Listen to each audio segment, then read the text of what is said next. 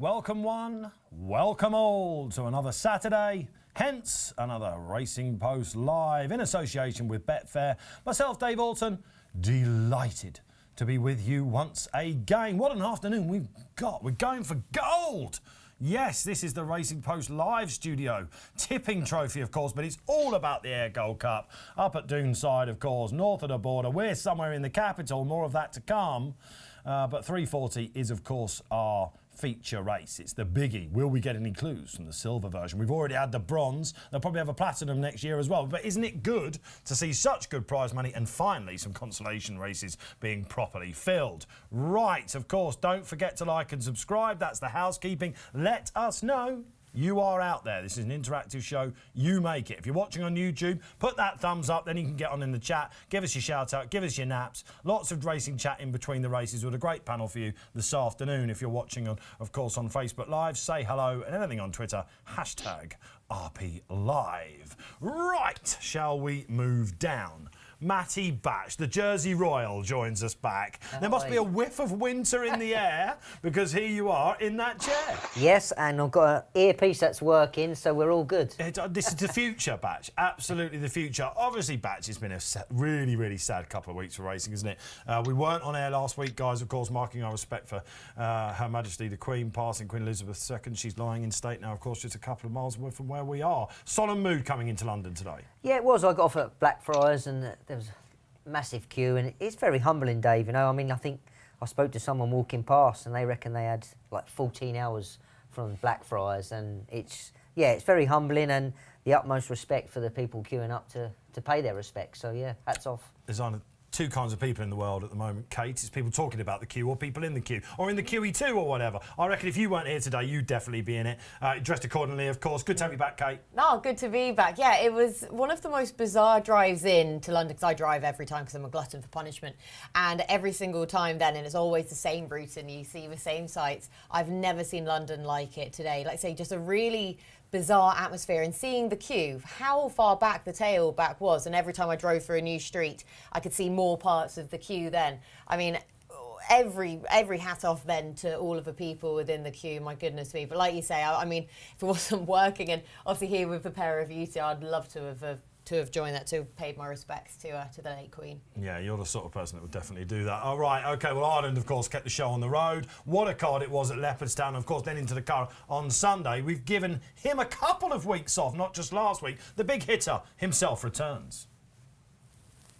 Afternoon, all. How's things in London? Yeah, all right, Barry. OK, I mean, obviously, look, it's been a crazy 7 days, isn't it? Of course, you've probably been witnessing it from afar. Of course, it was right for racing to have that 48-hour period off. But again, the Group 1 action kept going over there. Of course, we saw some really good performances. I wonder whether you were with Al Riffer over there. Do you remember you told us about that 2-year-old when he came over for one of your studio debuts earlier in the year? Joseph's Best, you said, took out the Group 1. He did, yeah. He won the Group 1 Vincent O'Brien National Stakes, and he was quite impressive in that. He's a massive horse. It was my first time seeing him in the flesh, Dave. He is a unit, an absolute unit. And it's that old saying, whatever he does as a 2-year-old is a bonus. He's going to make it into a really, really nice 3-year-old. And he's that cross, that Wootton Bassett out of a Galileo mare. And the Wootton Bassett from the Coolmore, since they've purchased them, will be coming online next season as well. So that's going to be exciting. But he's leading the foray in that respect. And he's one to watch out for in 2023, please God. Yeah, absolutely, yeah. So that's what you get flagged here, especially for the big hitter himself, of course. But listen, loads of good racing chat. We'll be talking about racing memories. Perhaps we'll start talking about some royal racing memories. We've got time in between the races, 9 of them coming your way this afternoon. This is the place to be this afternoon for the raucous reaction, the best real-time analysis in the business. All the terrestrial races domestically, we'll be covering them for you. And of course, the Ayr Gold Cup. Look, we've already got one coming in, our Toon 2020 HWTL. I think I saw what he said there. He's gone blank. I hope you're not changing your mind out there. We'll get to you in a second. But it mentioned Summergand, who, of course, goes for the Ayr Gold Cup. Barry, while we get that back up, we're talking about multis on the move. We're so close to snaring that lucky 15. Will today be the day? Well, fingers crossed. That's what kills you in this game, isn't it? The hope. But we're going to go again. The lucky 15 for the charity, Dave. And it's obviously it's 15 bets. We're going to do it each way for £1, so it's going to cost us 30 quid. And anything we make, as ever on the show, goes to the charity nominated by ourselves, which is a retraining rate or no? What's the charity this month, Dave? Was it? That is a very good question, Proctor. Barry. We had the first weekend. Mark Orosky was deputising for you, and we opened it up. And I don't think we chose one actually. So we're not that far into middle of September now. Now's a great chance to choose one. So today, perhaps let's get that out of the way. Obviously, we weren't here last week as well, so we got some profit waiting for a lucky recipient out there. Fingers crossed. Yeah. So here we go. Anyway, the lucky 15 today. Like I said, 4 horses each way for £1. So it's going to cost us 30 quid. It's 6 doubles, 4 trebles, an accumulator, and 4 singles is a lucky 15 bet. The first of them, Kate, is going to be Chill in the 215 in Newbury. That's our first leg. Our second leg is going to be Warren Point into 11 to 4 now. So he's not an each way price, but I think he might just drift. Again, additional places on the Betfair Sportsbook there. It's 4 places. Then over to the 230 in Ayr. Aberama Gold is the one we're going to pick there. It's 6 places in the Silver Cup at 230. And then in the big race, the feature, the Ayr Gold Cup, at 340. Last year's winner, Bielsa, again 6 places on the Betfair Sportsbook. Watch out for all the additional places on the Betfair Sportsbook. I don't see Kate moving those magic fingers just yet, but I'm sure she's tapping as we talk, and they're all on. Oh, was I think showing that that gets for us no about reason then? £5,000. Usually she struggles sometimes with this lucky 15, but she told me she was on How it. very dare you? starts How already. very dare you? She told me she's on top of it, so I can only take her word for that. I don't see it on the screen, mine, No. but I'm sure we'll get to see it in a little while. And don't forget the offer today on the Betfair Sportsbook. You bet £10 on racing multiples, you get a free £10 bet on racing multiples. So we've just invested 30 quid there. We're going to get 10 of it back regardless, Dave. So that's happy days. All right, so that probably isn't on Kate actually. That's probably on the guys in the gallery, but we'll try and get that up. So lucky 15, multi on the move, basically £10 back, whatever you do on your multi. So that's listen, and again, safe gambling's the MO. You bet £10 on racing multiples, you get £10 back. Up to £10 you There get you back go. on the racing multiple. So, look, safe gambling this afternoon, 9 races. You don't have to play in all of them. We always say that here on the show, but we will be giving you what we think will win them. That's why we're here. Some tips from the panellists, of course. Tips from you out there as well. Let's try and snare some winners, shall we? We've got 10 minutes to the first at Ayr. A tricky-looking mile handicap. Wide open it is. You will see, there you go. There's Barry's each way lucky 15 up there. And there is the market. If you're new to it, this is what you will see. The real market, the Betfair Exchange, where everyone plays or lays. Barry will be educating me as well as you along the way as ever this afternoon on that. And my lord, Barry, it's wide open. Revic, of course, who ran this is the final day of 3 meetings up there. He's already been and had a go, isn't he? He's always a horse, Revic, that seems to be near the top of the market. Rarely delivers. Yeah, he's the top weight, obviously, Dave, here, and he's at the top of the market. He wasn't initially. Koi was the favourite initially when we went up with this race, but he's deserved Koi at the top of the market. Revic, he's halved in price in the exchange, was 11. He's into 5.5 now. Koi out to 8.892. Redarna, Dirty Old Town 11, 12.5. C said on a session 12.5, 14 bar. What I wanted to do here, please, Kate, I want to lay Dirty Old Town, ex-George Bowie horse. There's not many miles on the clock. He's had 5 tries for Grand Tour and hasn't won yet, and his record over a mile is truly abysmal. He's last of 16. He's last of 10, ninth of 10. He was second of 10 once over a mile. Looking to take him on, but he is gone out to 12 to lay now. When I was looking at this race, he was a 7. You could lay him at 7 on the exchange. So we might just look in the place market.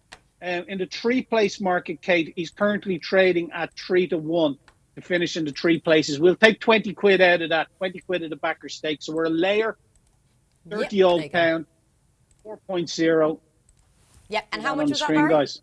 Yeah, we'll get that up, Barry, in a minute. Everything that was working 10 minutes ago for the guys in the gallery has gone a little haywire, but don't worry, they're on it. I can see them running around like crazy getting it back up. Can I just They double got check it there, so- how much Barry wanted in the backer stake to lay Dirty We're Old Town? taking 20 quid of the backer stake, Kate. 20 All quid, right. perfect. It reminds you of that great song, and you have to sort of sing it in an Irish accent as well. Dirty Old Town. Pogues. There you go. Absolutely. A remarkable song. But yeah, he's only 1 from 8, isn't he? And although he went close last time, is this going to stretch him out? All right. Yeah, Barry. I didn't like his head carriage last time either, and the step back up to a mile, I think, is against him. He wants to get on with it. There's other horses here who are going to race prominently as well. Now, I know Ayr is a track where prominent racers are usually go well, but I think he just might get found out here over the mile. All right, let's move it down the panel then. Great stuff, Barry. Oh, there we go. Keep it simple. Love this. Devo, one of our regulars, comes on, opens it with Toon Toon, who will get back up. Koi Koi, oi oi. I'm going to have to go with Devo, I think. Dave, he put a bad run behind him at Goodwood, finished third at Newbury, and hood on for the first time, and my mate Crowley. Oh, well, you've done it. Here we go, the Crowley bomb. Have you had the word about this? Because Batch and Jim Crowley are besties. He doesn't know that, but I tell everyone that we are besties. No, you are, but you do a lot of driving for him, basically, when you're not, you know, picking up rides and stuff, Batch, don't you? So you do get in his ear. Some of the tales are raucous, and not for today. But first time hood on, George Bowie, of course, strike moved trainer. from Andrew Balding. He did. Yeah, strange one, that. I don't know whether they've got maybe an international plan with this. George Bowie, basically, when horses go to him, there's usually a foreign plan going on. He's got, you know, his fingers in a lot of foreign pies down under and Hong Kong, all that sort of stuff. Yeah, so keeping it simple with Jim. Oi, oi, koi, koi. Koi, koi, yeah. Red Dana, 7 times winner around the course, so chances as well. I could go and have a cup of tea here, Batch. You're stealing my thunder And here. Revich, he did win this race in 2021 and was a good run in the Golden Miller, third. So on that form, you would give him a chance, but yeah, oi, oi, koi, koi for me. All right, towards the top of the market for Batch. Yeah, I like Radana, guys, the course specialist.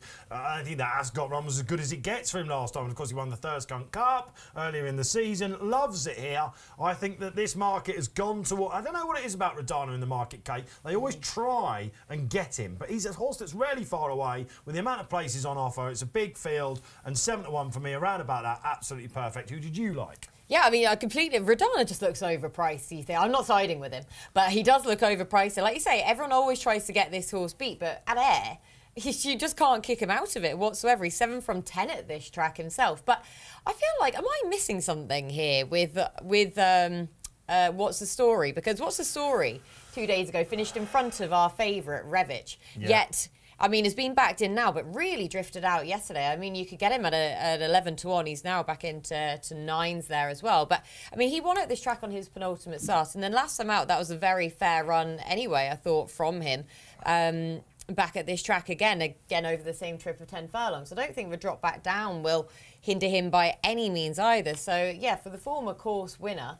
We know at Ayr then. I thought that What's the Story looked well overpriced himself. And also, the one who I like, who's just a bit of a bigger price than him again, Blenheim Boy. Not quite as easy to make a case for this I'm lad. going to have to go right down for exactly. this one. Not quite as easy to make a case for him as with What's the Story. But I have to have a token selection then on him as well. When I ran my trends for this race, as you know, he ticked box after box then for this race. I mean, he's the correct age as a 3-year-old. He has a nice low draw. Still 4. He may have a few pound to find on ideal ratings for this race, but he's likely to be ridden fairly prominently, has an ideal bit of conditioning for this race as well. And I mean, he picked up this season from where he left off with a win. But he's proven himself on all different surfaces, and he remains unexposed, I think, as well. So slowly dropping down the handicap, and I thought that Blenheim Boy had every chance in this. Now, you've kind of put up 2 there, haven't you? You're doing this in your Betfair column today as well, aren't you, in the Gold Cup as well? Yes. So we're building up to the Ayr Gold Cup. You know, look, this is one of the highlights of the season. If you're watching last year, it was absolutely unbelievable scenes, as I love to say, because we all thought, poor old Bielsa coming up the stand side on his own. Everything had won over the far side that day. The favourite Great Ambassador struck clear, and then before you know it, it's really weird.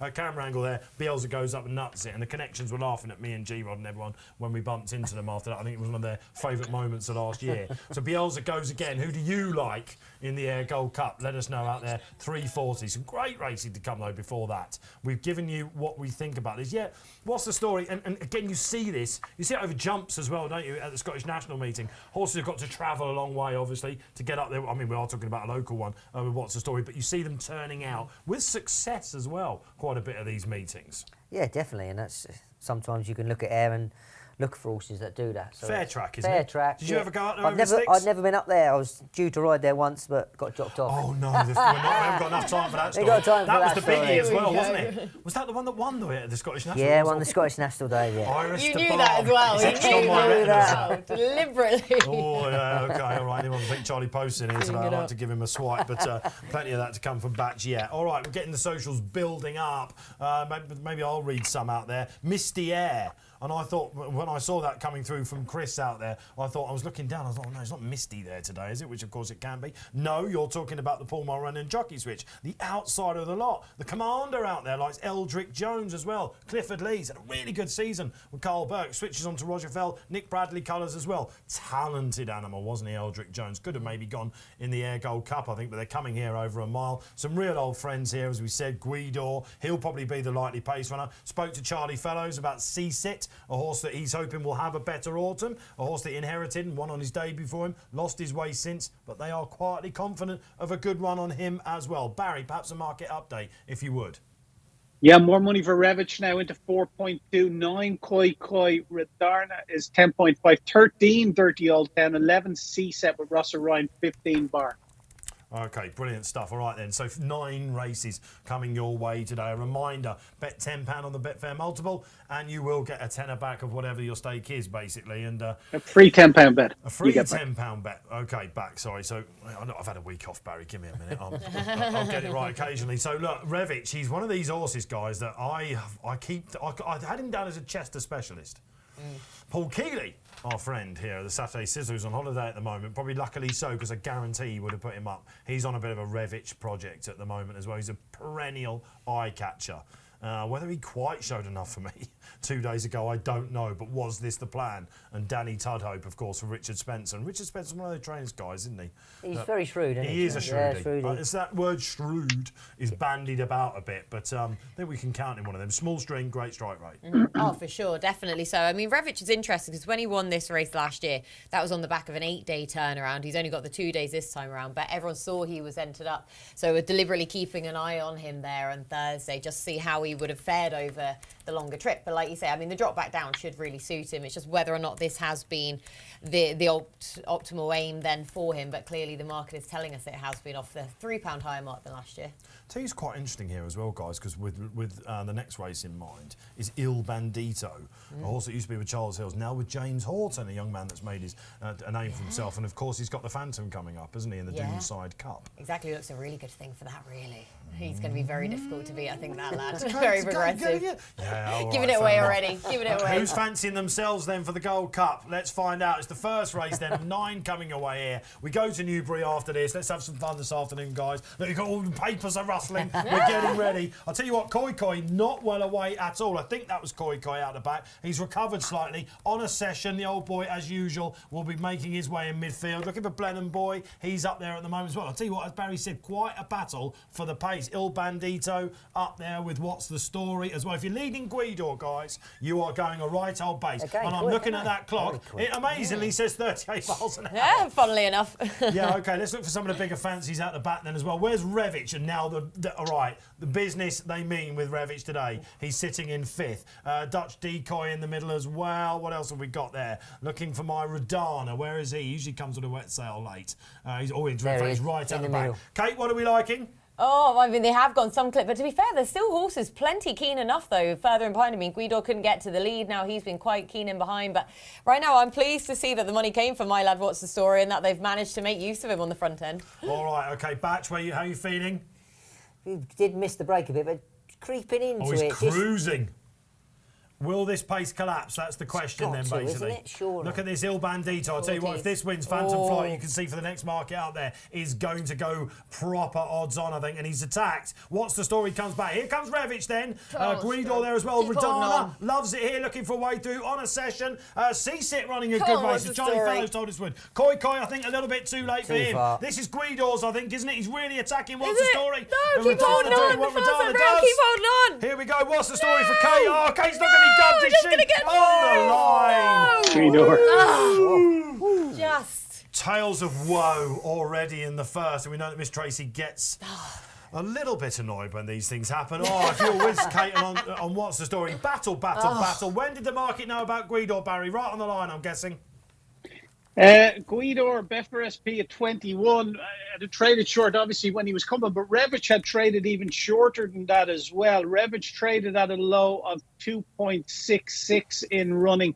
What's the Story? Trade at a low of 2.0 as well. Outside of that, no real massive in-running news, but they were the two that kind of traded around the even money mark. And you're winner had a Betfair SP at 21. So that's suggesting a slow final furlong for backers. And what's the story? Because I thought he might have gone lower than evens.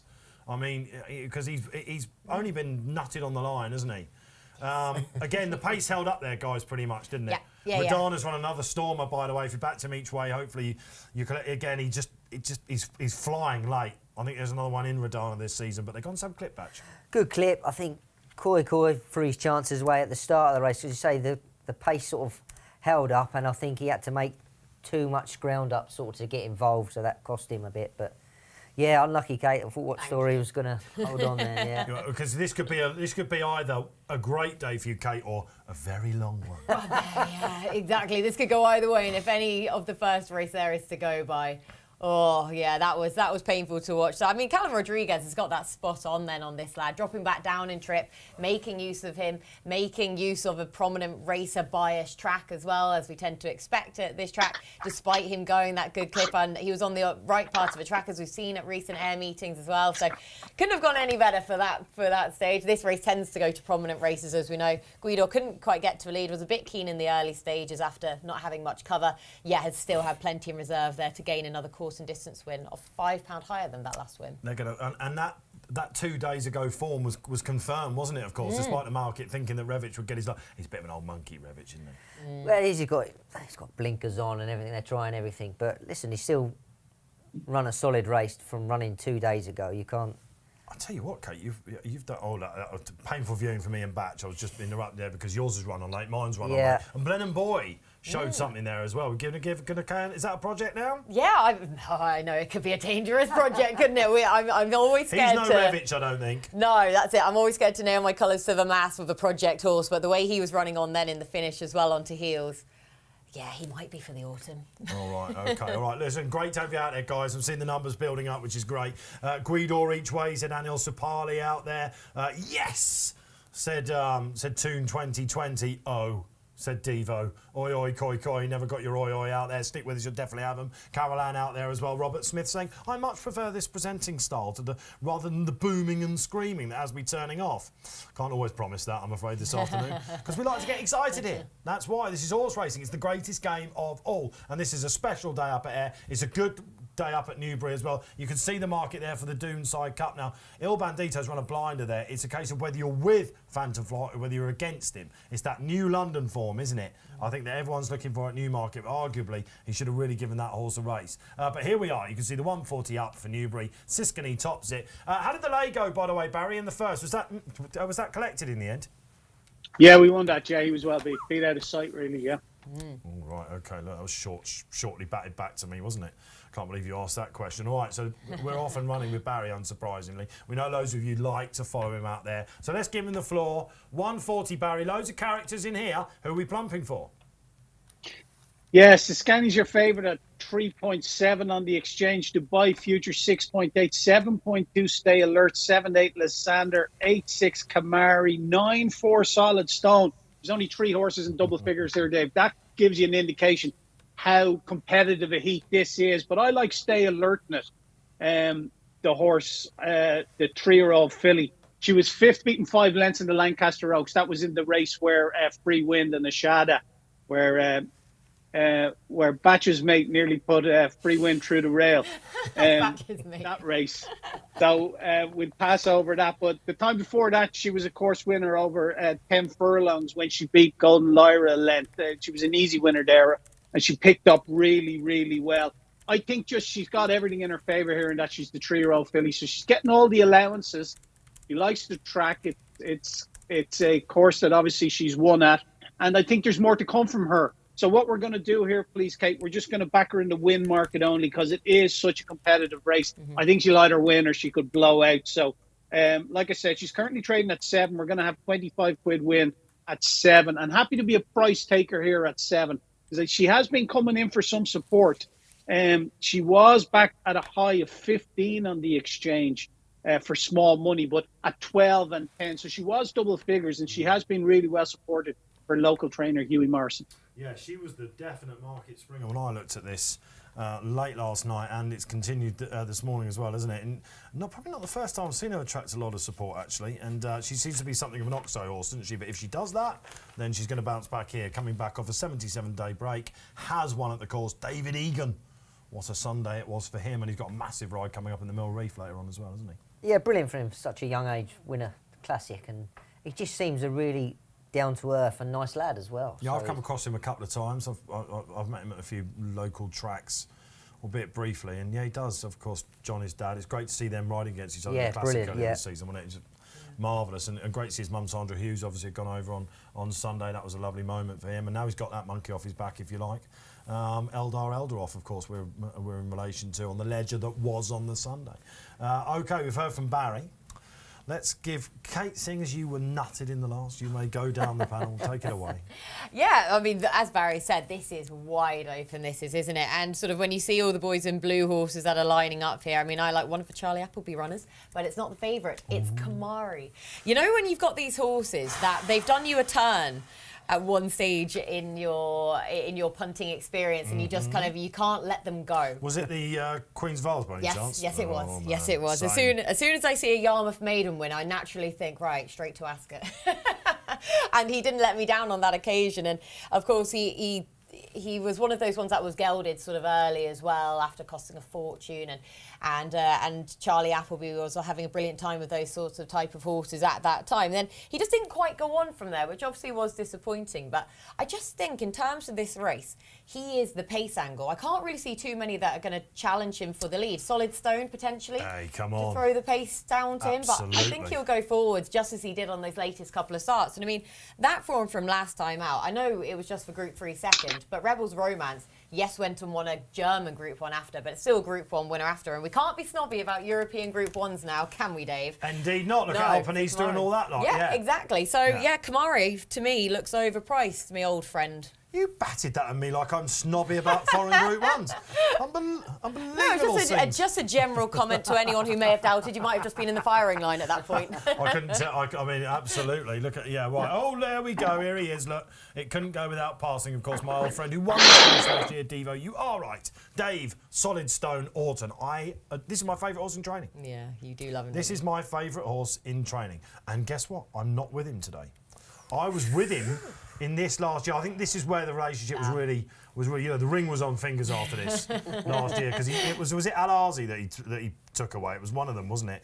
One of Williams. Yeah, I think it was Al Arzi. It was one of them. Let me find out who it was. Something went about 102. Yeah, Al Arzi. Yeah, it was Al Arzi. Yeah, he's spot on. And I put him up thinking, well, I don't want to be with Al Arzi. I'll give my old solids. He won at Windsor. My problem is today, guys, that this horse has been, like a lot of horses this year, has been waiting for the rain to come. It has come recently, but they would have preferred it to have arrived this week again at Newbury.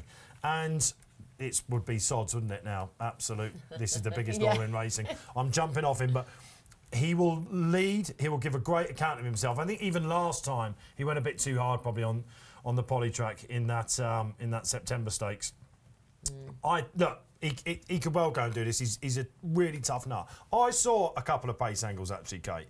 Okay. I thought Kamari and him. I thought Max Vega might try and get on with it as well. Yeah. And he's the kind of fly in the ointment for me. I've spoken to a couple of jockeys about this bloke, and since he won on his return, again, another one that's been waiting, hampered by the dry summer. But at Beckett's, they still think there's one in him. You just ignore him in the summer, Max Vega, don't you, though? Kind of. You just ignore him in the summer. You may as well put him away for the summer. Have him at the start of the season. Have him in the autumn. Yeah.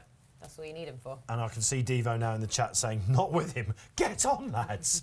All right, so yeah, I am abandoning my favourite Solid Stone. I might have a little save on him, to be fair. I thought Siskani might be the class angle in this race. Charlie Appleby said to us today, in your members club section out there, he is making his first European start of the year. He looks great. He's been training well. Some improvement for the run, but the ground and the trip will play to his strengths. I like this guy as a 3-year-old. That's why he's a kind of, you know, friendly horse to me as well as Solid Stone. I'm with him. Batch. Yeah, he runs well fresh. I do like Dubai Future. He's winner at Royal Ascot and finished third at York. Probably that was a below performance probably from the Royal Ascot form. But also like Lysander, third at Royal Ascot and has got a tongue tie on today. So that's interesting. In Haggis we trust. Yeah, Haggis, say, having a great season, and sometimes the old tongue tie can just bring out a little bit of improvement, Kate, can't it? But I'm going to go with Dubai Future to me, Dave. The Wolverton winner. Yeah, who of course ran behind, it was Sebaska, of course, when we did William Knights. That's it, Yes. yeah. It was third to Baid, of course. Talking of Baid, there is a poll out there for you today. Not who wins the Ayr Gold Cup. Oh, no. Oh, Barry, I shouldn't bring you in on this, really, but that 50-1 docket that you had for Baid about the Ark, we thought it was going to happen, man, didn't we? We did for a couple of strides, Dave, but yeah, the carpet was pulled out from under us in no uncertain terms by Mr. Haggis, obviously, during the week, but At least you them's the didn't prolong breaks, it. isn't it? Well, Sorry? I was expecting to get a WhatsApp from you or something this week, because when you thought, after he won at the International, you were like, they won't, but they have to. And then it looked like they were going, and we chatted, and this time, I don't know, there was a whiff of inevitability about it in the end, I think. Yeah, I think there was. I think they were just managing people's expectations by even suggesting that it was a toss-up between the Ark or the British Champion Stakes. So we'll see how he goes in the Champion Stakes. He's not going to enhance his record, and he's 4-1 on around for that. So he's not really going to enhance his reputation by winning that, whereas he would have if he had won an Ark. But they obviously, in their wisdom, they don't want to go that route. Yeah, so it's basically a month to the day in September, of course, because it's October the 15th. So it was September the 15th when they came out and said, for definite, he's not going. So we know what Barry thinks. What do you think out there? The poll's out there on YouTube. I can see loads of votes going there. Should he have gone for the Ark? No, I think it's the right move, Dave. I saw an interview the other day with Crowley, and I think the last 10 running 6 have all been on really soft ground, which personally I don't think would suit him. And do you know what? I think if he ran on home turf, we all want him to keep that winning streak.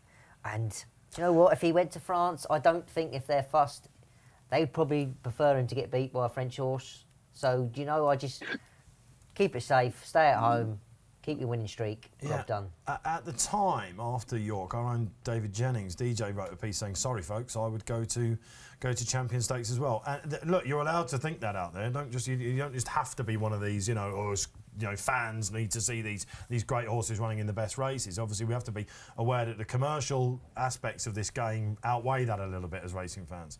And when the Shishkins and Energumines happen, or on the flat, these great tussles, if they happen, then we've got to sort of relish them. I think the ground is probably why. Should he have gone for the Ark? It was his to lose. It would have been a serious affair, wouldn't it?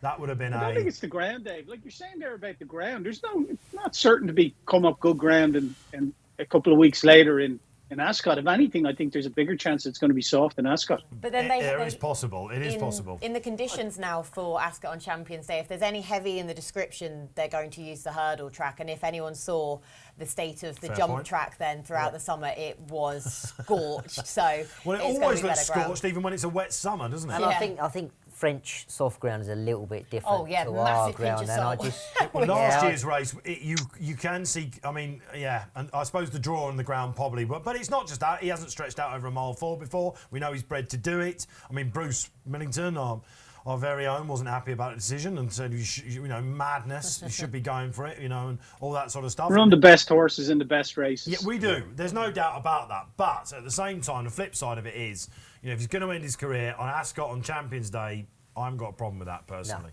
No. I I think there's no doubt that he does stay from the last run. I think that was his most impressive winning run. Yeah, Because all the other ones, I think it was only 3 lengths, if that. Yeah. And that was more impressive than all the others. So, no, listen, I think they're doing the right thing by the horse, I think, personally. Let us know what you think then. We've had our say in here. We'd love to hear from you. And, of course, that poll is out there. We'll be showing you that towards the end of the show. It's already flying away, actually. So, Baid, Ark, Champion Stakes. Lots has been said in print. This is your chance to have a say. We'll be getting that clip out on Twitter for you as well. Lou McKell doing our Twitter clips today out there for us. Anything on Twitter, #RP Live. Right, back to this race. Where is the market? Oh, no, hang on a minute before we do, Barry. Andy Sim, great to have you back on, Andy. You've been hanging patiently up there. Dubai Future with Bats starts my singles. All right, so this is the race to get involved in. Loads of old characters in here. We've had our say. Since we've had our say, Barry, whereas Siskany, he's got, we're not worried usually about a Charlie Appleby runner coming back off such a break, but is the market? He's 11 to 4, 3.85 in the exchange at the moment. Dubai futures 6.4. Stay alert into 6.6, 7.6. Lysander Kamari 9.2, 11.5 Solid Stone. Big negative for that 15 bar. But yes, Siscani is quite relatively strong at the head of the market, you'd have to say, and so is Stay Alert. Again, so look, money talks, and that's where we're expecting to go. Just looking down, see if Charlie's not won this race, actually, funny enough. In fact, Godolphin haven't got a good record in it, because Said bin Sarur, Dubai Futures trainer, he's had 5 runners in it, only 3 places. I say only 3 places. It's a mix of 3-year-olds and older horses as well, so trying to look down for the best winner in the last 10 years. Maybe, blimey, it's quite difficult, actually. I'm going to say Solid Stone. I don't know, Desert Encounter, Young Rascal. Desert Encounters won it twice. Ella Cam won it a couple of years ago. It tends to go for that sort of like borderline Group 2 horse, doesn't it, basically? Yeah, Group 2.5. Group 2.5. Sorry. The Cornish. That accent giving me away the yet Cornish again. accent coming up again. I don't know. I could maybe see Siscani taking this, or Dubai Future taking this, going on maybe with Breeders' Cup in sight or something like that. This again, we might be seeing a Champions Stakes, outsider here as well. So just marvellous, isn't it, flat racing at Newbury? It hasn't disappointed. Newbury in particular seems to be one of the courses throughout the year that has held up numbers. You always see big 2-year-old races there, 3-year-olds as well, yeah. Apart from the boycott. Oh God! Don't you had to see this? This is really tennis between me and you. Sorry, I know that wasn't even meant to be. Frames there. I don't like phone group ones. No, I forgot that the wasn't boycott. even aimed at you. The boycott. No, that was okay. The European Group 1 was definitely not aimed at you, Dave. That was just a general thread that we've had throughout this season. And the general thread that we've had throughout this season was the poor prize money at Newbury, which has been a state of affairs for quite a number of years now. But because of the nature of the track, how brilliant it is, and all trainers would say that, wouldn't they, back themselves, that it's just a wonderful track that you want to run your horses at, that they've almost got away with. It's a fair track, isn't it? That's why a lot of people go. And on flat racing, got there about another month, and then we'll switch, won't we? Yes, it switch, yeah. November we go. November, yeah. Who's ready for the jump season? If you want to get a jumper to follow from the panel this afternoon, we can do that. Of course, it's starting to hot up a little bit, isn't it? Warm up, I think we should say. But this is the great end to the flat season. The narrative really is there. All these 2-year-olds. We've got Future Champions Day coming up. We'll be with you every Saturday, God willing, of course. And then right into the jump season as well. We've got lengthen your odds today, Barry. That's a nice feature that we like to use, isn't it? Yeah, take your time there, Dave. You're getting from too early again. No. I'm one of these solid stones out there. I poke my nose in front. Others come and have a go, and we'll get the business money at the end. Don't worry. But I'm so hang on if you want to know what the lengthen your odds are, of course. So that's basically a horse to win by over a distance, of course. They've got that great feature at Betfair, and honestly, my favourite feature of the year so far. Definitely the best name as well, lengthen your odds. So I wonder who it could be. I don't think he's going to go Air Gold Cup, do you? It used to be Barry in the last. We had a great summer batch. I know that you've been looking on from, a small island. You've got a tan from there, though, haven't you? No, that's because I've been working with glass and the sun. Oh, really? Is that what it is? Batch has a lot of vocations out there. But you, actually, funnily enough, just concentrating on that as we're waiting for them to go in. Jump season started hot up a little bit. You have got a couple of rides coming up. You can't do one show next month because you've got a ride at Fontwell coming up, haven't you? Yeah, Fontwell. I'm supposed to be at Plumpton tomorrow, but they're still giving good to firm, so that's sort of cancelled, yeah. And then I had my last ride in Jersey, the last meeting. Is that ever? That's over in Jersey, yeah, calling it a day over there, and went off on a winner, so that was good. Oh. Yeah, so my Holland sent. Well done, Mattie. Thank you. Yeah. I mean, who knew that you and Sam Whaley-Cohn would be ushered in the same breath? Well, exactly, yeah. They want me to go back over there and be the starter, Dave. You'll be working on my teeth next week. Oh, great stuff. Do they want you to go out and start, do they? Yes, yes. All right, come on, we'll get to that in a bit. You can ask Matt what that horse was. Off we go then, and away we go in the 140 at Newbury. First of all, some really good racing there. We've got, of course, the Mill Reef Stakes, and Barry Stay Alert and good right out the back. You can see the market changing in front of your eyes, guys. The exchange market, they usually know. Barry, I'll come to you straight away. They're going a bit of a lick, but you've nearly become detached. Yeah, well, she was drawn 9 and 9, so he wanted to drop her in and get her settled, and he's managed to do that. They're going a fair clip up front. I know it only says 38 miles an hour, but it looks a little faster than that in my eyes. Fancy Man is leading, obviously, Kamari, but at the head of the market, Siscani still favoured 3.7. Stay Alert's actually contracted in price, can you believe? She's into 5.3. 7-6 Lysander, 5.3 Dubai Future. Yeah, and of course she does get ridden to get the trip as well, so don't give it up yet. Lysander's got a nice pitch out the back, the outside of the lot, Lady Excalibur for Anne Jones. What's she doing there? She's worse, how dare you? absolutely. I was looking like I was going to go with sword expressions. Solid Stone's got a nice pitch. Fancy Man then taking on Kamari as expected. Kate getting on with it, but you've got company. Yeah, I know, unfortunately. I thought Max Vega was really going to throw it down. Fancy Man, though, has been the one to really take up the mantle here. I'd sort of wondered about this lad, whether or not the ground will really be in his favour. But yeah, Kamari's still been bustled up to get to the lead from his draw, though, anyway, and he's still bang there, but hasn't got that uncontested lead I was really after. Siskani's drifted, despite the fact he's going well. I think it's between you and me this at the moment. Dubai Future's travelling well. He is. Yeah. And here comes Stay Alert as well. She's going to need a run, though, because Solid Stone's on her outside. Kamari hasn't gone free yet. Fancy Man hasn't either. Now, Siskani looks like he's having a blow to my eyes. Wow, he's gone all the way out to 6 to 1. I've got a feeling Matty Batch might have this nice Dave there Egan as well. not getting a run up the road. No, Close the door. Close the door. Close the door. Close the Barry, door on the him. door's Close the shut. door. Sorry, Barry. Close You've the got door. the ledger-winning jockey, Barry, on your side, though. Look at this. Look at Harley. Come He's on, not you even, first run on you he's here. not even got. No, he's she's not not got quick. going. Look, she won't go through the gap. It looks like Go Dubai on. Future's going to take this. Come on, Barry. Go on, Batch. Martin. Go on. I'll tell you what, Martin. Come on, looks like he's Harley. got his Lysander's David, the other what way. are you Oh, doing? Barry's been Oh, no, and again. Barry's found all sorts of trouble. This is a, Come on. This is a good thing beaten, Gets or in is the it? Keely, gets in Come the on! Keely. Oh, this is going to go! Yeah, we got the first eye on it. Oh, that was. Nicely done. All sorts of different decibels. Finally, for the first time this afternoon, unbelievable scenes. Barry Orr. Didn't he? He would have been getting called a few names in County Wicklow if he hadn't have extrapolated himself out of that pocket that he found himself in. He kept waiting for Pat Dobbs to move over and let him up the inside. That was never going to happen. Never going to happen. Fancy Man, who traded at a low of, in running, Fancy Man traded at a low of 1.66, so 6 to 4 on in running. Dubai Future, was that what was second at the finish? Yeah. Very Yeah, close. second. Yeah. Future traded at a low in running of evens. Oh, did and Fancy your Man hold winner- on for a second? Fancy Man traded at a low of 6 to 4 on. Yeah, sorry, and Dubai Future traded at evens. And your winner didn't trade any shorter in running than she had traded pre-race, which was 15. So, no, he's done well to get out of there. He would have been, I think he would have been very annoyed with himself if he had been a fast finishing horse to place there and not win. But What she a showed a shade good turn cosily, foot as she Barry. did when she won there earlier in the season. How high did she go, Barry, at the peak? Didn't trade higher than her pre-race odds of 15, Dave, in running. What a shout. The big hitter is back. Lay in the first. Dirty Old Town.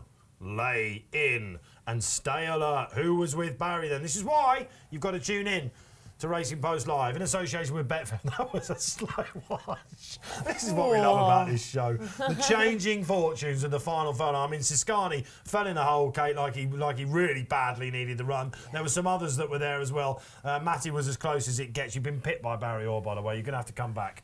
I don't mind. Listen, he's gave that a good ride. He's kept his head. Kamari Probert has come in on him. He was making a move to come out. Dave Probert's come in, so he's had to sit and suffer, and then even at the end, snatched her head up and won a shade cozy in the end. Oh yeah, absolutely. Good Let's ride, get some socials good up. ride. There's going to be loads of reactions to that. Saw Devo saying how far with a clear run. Will said smart performance. Right, so where do we go with a horse like this? Would there maybe be a race for an art weekend or something like that? Filly and Mares is a good shout, Kate. Champions Day, Tracy. then. On Champions Day, the Well, we could go aforementioned. travelling with her. I mean, this is, like we spoke about it beforehand. Don't You know be what? snotty about. Don't be talking about international races. Yeah. I mean, the Canadian International and such. Like we've seen horses doing the double from this race going over there. Haven't we? Desert Encounter. Huey does travel his Yeah, horses we know well. that Huey likes to travel them as well. So, I mean, She's 14 from 20 for She's the halved Fillies in and Mares. price then. Is she for Filly and Mares? Okay. Yeah. Filly and Mares 14s. You've got Alpinista, probably go Arc, won't she? Free Wind is the one we're expecting to go from there. That might be the favourite. Got lights of Above the Curve, of course, who won last weekend at Leopardstown. Tough old filly. She is the Petite Coco. It's a really strong fillies division at the moment. I think, thankfully, after we'd have thought it might be a bit shaky in the summer, but no, girl power all the way, I think. So stay alert. The filly beats the boys. And Barry's on a hat trick, isn't he? So there you go. There is the Betfair SP as well. All right, great stuff. It's just a great thing that when a jockey is riding full of confidence, Dave. He makes some good jump jockey, wouldn't he?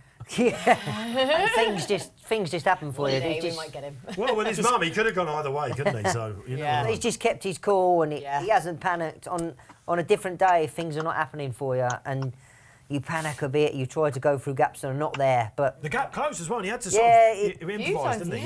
yeah. he just kept his head. He won the St Ledger. If you're getting off that filly now, and you're saying, you know, I knew the gap would come, Governor. Don't worry about it. And you had it a bit far back as well, didn't you? And all that sort of stuff. Are you actually saying this is a very good horses can do that, can't they? They can, and the horse has got him out of trouble, as you say. Whether he's waiting for a gap from Pat Dobbs, as Barry said, it was never ever going to come. Dobbsy ain't going to give you that, no way in the world. But as you say, he's just riding full of confidence, and he's come back in and he said, look, the filly stays. I've rode her to get the trip. She's clearly got the trip. She was going well away at the end, and yeah, I mean, he'd probably come in and say, yeah, I was panicking a little bit, because at the minute he's riding with so much confidence. He can come in and say what he wants, Dave, you know, because he's the man that everyone wants to use at the minute, and fair play to him, and long may it continue. Yeah, Roger Varian, of course, has him on the hot pot in the Mill Reef, which will be going when we come back to Newbury in a little bit, of course. And to think Katie lost the Misriff ride as well. Yeah. What odds he gets back on that chap before he signs off for stud? I know, exactly. So that's the thing. So the adversity he faced earlier on, I mean, is he 20... Not even that. I've tried to sign him up for shows and he's too young. Yeah, exactly. But you wouldn't know that by the way he speaks. He's so eloquent. He's so measured, isn't he, in the way that he speaks, and how he handled that whole Misriff split. Then was I mean, still don't know the sort of nitty gritty details of it as such. But even the way he handled that situation and has come back, has gone and won a Ledger. It's testament to his character as much as anything else. And sure, him and Saffie Osborne, the power couple of flat racing. Well, there we are. Absolutely. Of course, treble at the Racing League. We bid farewell to that, of course, in the week.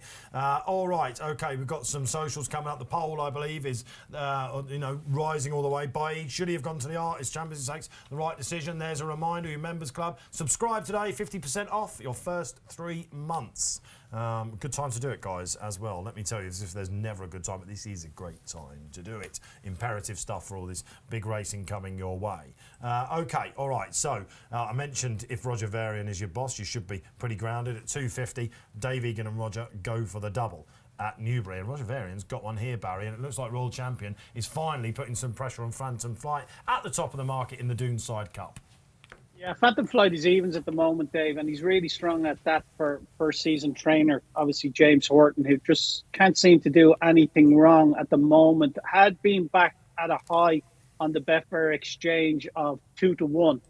Even money now, really, really strong at that. He's an improver, isn't he? He looks a really smart prospect after finishing second to New London in Newmarket. Obviously, New London's gone on and ran so well in the Ledger, and then Phantom Flight went to York and won a decent handicap there. Spread Eagle the field, won by 5 lengths at Phantom Flight. He's even money, 3.8 Royal Champion, Yukon Glen 10.5, and it's 24 bar. The market really has it between the two of them, and so do I. And I come them down on the side of the 3-year-old Phantom Flight. And what we're going to do, Kate, we're going to use Lengthen Your Odds. It's available on the Betfair Sportsbook. Ring the bell. Ring the bell. It's where you can back a horse to win by a length or more, 2 lengths or more, 3 lengths or more. It's every race on the Betfair Sportsbook, UK and Ireland, throughout every day of the week. It's a really good feature. And with short price favourites like this, it's a feature I like to use. So we're going to look at Phantom Flight to win by 3 lengths or more is 4-1. I could be getting a little bit greedy there, but they weren't scared to stretch him out in York last day to see how good he is. And I think they could do the same again today. So we're going to back 25 quid, Phantom Flight to win by 3 lengths or more. Perfect. As you were saying that, I can picture it. I mean, you talk about James Horton, a young man that's been given the keys to the John Dance Kingdom, if you like. They're building some serious facilities up there. John, of course, Nova Braveman's game, but Lawrence as well, 6-time Group 1 winner. Lucky enough to speak to him in this studio early in the season, telling us all about his plans coming up, and they put a lot of eggs in this man's basket. You're quite right. He does need that.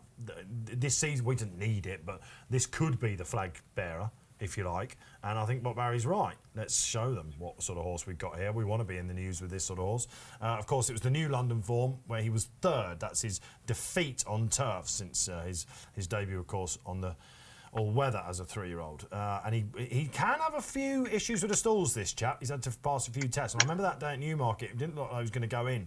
And he went in finally, missed the break a bit, found some trouble in running, should have been at least second that day to New London, who of course ran in St Ledger.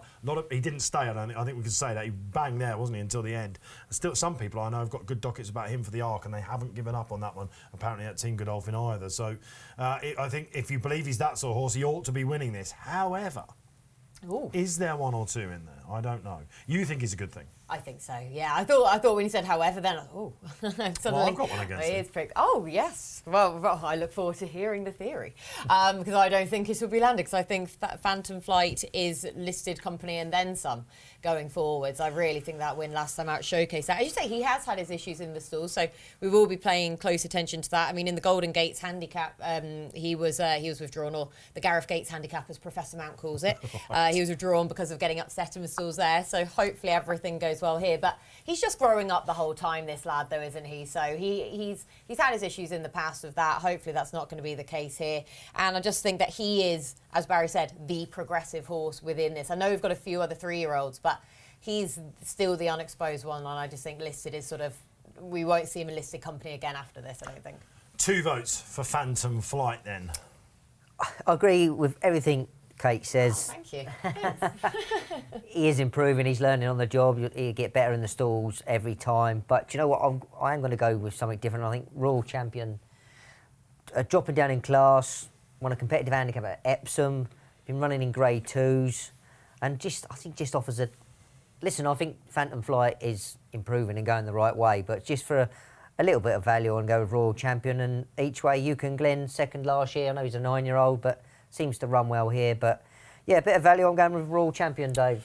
I put him up Batch as well. So we've got a 2-way split on the panel. 2-2. Roger Ver in Ayr, great strike rate. Jack Mitchell was a recipient of this ride because David Egan, as mentioned, is taking the biggies down at Newbury. And I've got no problems with that whatsoever. This guy, if you remember, blew out at Doncaster when we picked it up in the Chindit race. Really just tore apart an Epsom handicap on Derby weekend, and then maybe not quite so good since, but for me, he's got the more substance of the form. And the price is early. He was around about 4-1 on that silly race, silly race price. He's coming now. Phantom Flight then, Barry, I can see on track he's going shorter. What is he on the exchange? There's a 2-way split here on the panel. Yeah, he's odds on now. He's into 198, so a shade of odds on. 3.5 Royal Champion and nothing else in single figures. You can Glen 10, 25 bar those 3. Lovely. Okay, so what about the others? Come on, we've got to go down. You can Glen has been... I mean, I just thought last time was his chance. Yeah. In the cut-up Borough Cup. Yeah, massively cut up, wasn't it? And even, because that's the thing, considering this horse's running style, we thought he had a solid chance because of his record in smaller field races. So the fact it had cut up, we thought, well, sure, he'll have the chance here. Will he again sort of get the pace to aim at Marie's Diamond, Dark Moon Rising in here? Potentially. But, I mean, he's a wonderful horse. But as you said, I kind of thought myself last time out was really his shot then in that handicap at Haydock. What about some others? Let's have a look now. Dark Moon Rising, yeah. I mean, Marie's Diamond, we're expecting him to go on Stormy Antarctic. We love him. Chichester, I've seen a bit of love for that. Forza Orton, not so good last time at Hamilton, but I know the Ryans think he's a lot better than that, and they reckon he might be an Ebor horse next year.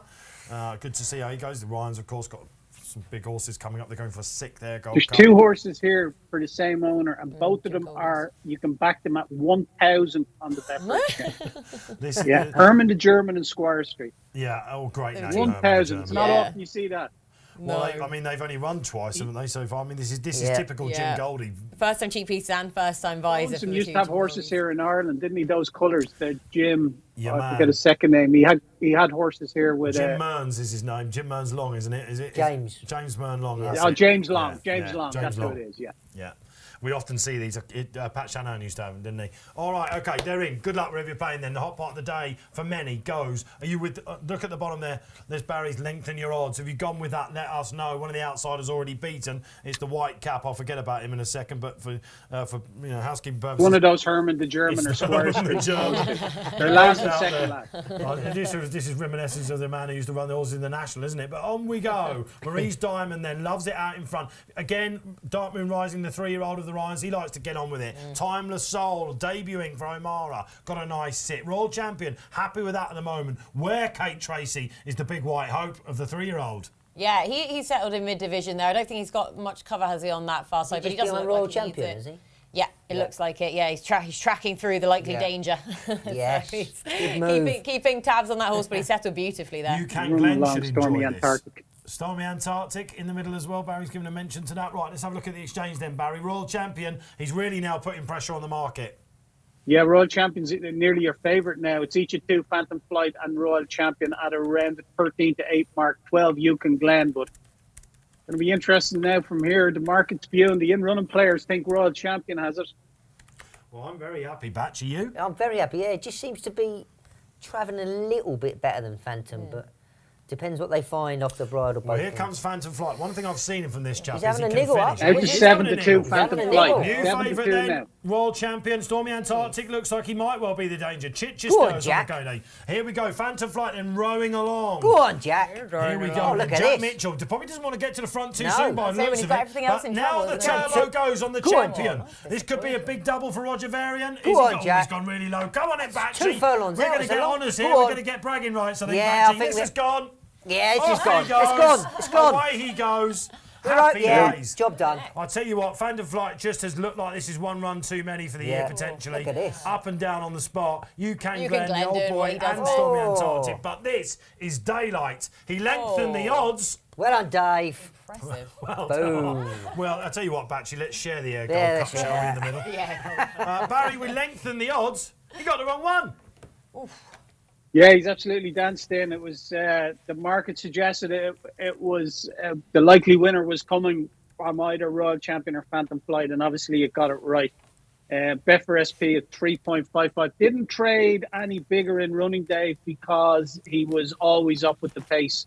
Although he had been matched at a high of score done at 9.4, but he was always up with in best position. Your favourite, like you say, it looks like just maybe he didn't get any cover on the outside, swung wide into the straight, never picked up at all. Might just be one run too much for him. But he's ran very disappointingly indeed. The winner's in the Champion Stakes, so it'll be interesting to see what they do with him now. You absolutely Royal Champion. Bidding 33 from 66 for the Champion Stakes. It's about right, isn't it? And of course, Dave lined up for that, and prior to winning it, of course, William Aggis took his champion horse up there on the ground that wasn't ideal. Good horses win this race. I think we've just seen one there, guys, haven't we? Albeit maybe the favourite, just one run too many. Me and Barry agreeing on that. Kate, think so? Yeah, I would agree. So, I mean, that was just sort of too flat to be true. I know, obviously, I'm going to have the bias because I sided with him as he was shortening the whole while before the off. But, yeah, just the way that he was, I mean, you said it as they were coming out of the back straight there, the way he was beat a just long being way nibbled out. into the bridle then. And you could see that as soon as he was asked to extend, the stride just didn't lengthen. It came up, his sort of knees and his stride came up rather than lengthening out as such, which just as a sign of a horse that wasn't, the top of his game there. So, I mean, he's kind of come back, you know, he's showing a willing attitude. He's come back there in the finish for all that the race was well over by that point. But yeah, considering the progression he was showing prior to that, that was not the horse that we saw. You can last time sometimes out. see that in them 3-year-olds, though. They've had a not a tough season, but towards the end of it, it just shows that they are still a little bit weak and they need a little break. And just say the winner's a 4-year-old, so he's got a year on his back. So sometimes, wouldn't disregard Phantom at all. He'll come back next year, probably. Year. Yeah. I mean, Bigger and stronger. I guess there's two ways looking at it. He didn't run as a 2-year-old Phantom Flight, and that was handicap form last time, although we gave him a race post rating of 115 for that demolition job. So maybe that was a little on the steep side, don't know. But look, Royal Champion's still beaten two very good horses in UCAN Glen, who always turns up and runs his race, and Stormy Antarctic. A word on the ground, actually, because Stormy Antarctic quite likes it with a bit of dig on front. They must have done all right with the watering up there. But the first race that we had, Revich's defeat by What's the Story and Guidor, good ground, but that was only slowed by 1.5 seconds. So it suggests that it is Very fair surface up there at Ayr. I think we can say that. What was second and third? I didn't even see the second and third. Well, Stormy, Antarctic and UK and them, wasn't it? I think. So I've tipped a winner and each way. Just Edge that over here a little bit. We're playing for places now, are we, Batch? Desperate if you're doing that. Count back, count back. Oh, I love that. All right, let's get that poll out of the way then, shall we? Because a lot of people are saying, can we just stop talking about Baid now, I imagine, out there. Was it the right decision? Now, a bit closer than expected. Baid to miss the arc. Was it the right decision? Decision? Yes, 43.5 and no, 56. Is that 56? 56.5. 56.5. 130 votes out there. Good social that was indeed, Sam Hart. You're quite right. Who's in our Has gallery he said that today. because it was his idea? And Neil Francis was probably. A Well bit done, like Sam. you to then just reminding us you had a third. Well done, Sam. Pat on the back for Harty boy. Okay, Neil Francis. Welcome along, Neil. Connections are more worried about records than racing. All right, well, let that have the final say, Neil. All right, we're gonna see the great champion, not the best horse in the world. All of a sudden, I think he had 1 week at the top, didn't he? Depends on which rankings you're looking at. Oh, there you Depends are. on which rankings. So we got PRC Global is We're going to be still like Baid. boxing now, are we? Yeah. It depends which belt you're going for. Yeah, no. Well, maybe there should be a turf and a dirt belt, but Flightline, of course, came up and did something remarkable the other day, didn't he? So, Will he all stay right. in training next year? No, probably not. Yeah, Probably again, not. money talks. Yeah, it does indeed. All right, absolutely bolted up, Royal Champion. We'll be back for the Silver Cup next at Ayr. We're really getting a steer there, guys, aren't we? Hopefully, for the Ayr Gold Cup, our feature and final race of the day, 3:40 here on Racing Post Live. Thrilled to be back with you. On what is a really, really good weekend for racing, of course, celebrating everything about Her Majesty, the late passing last week, of course.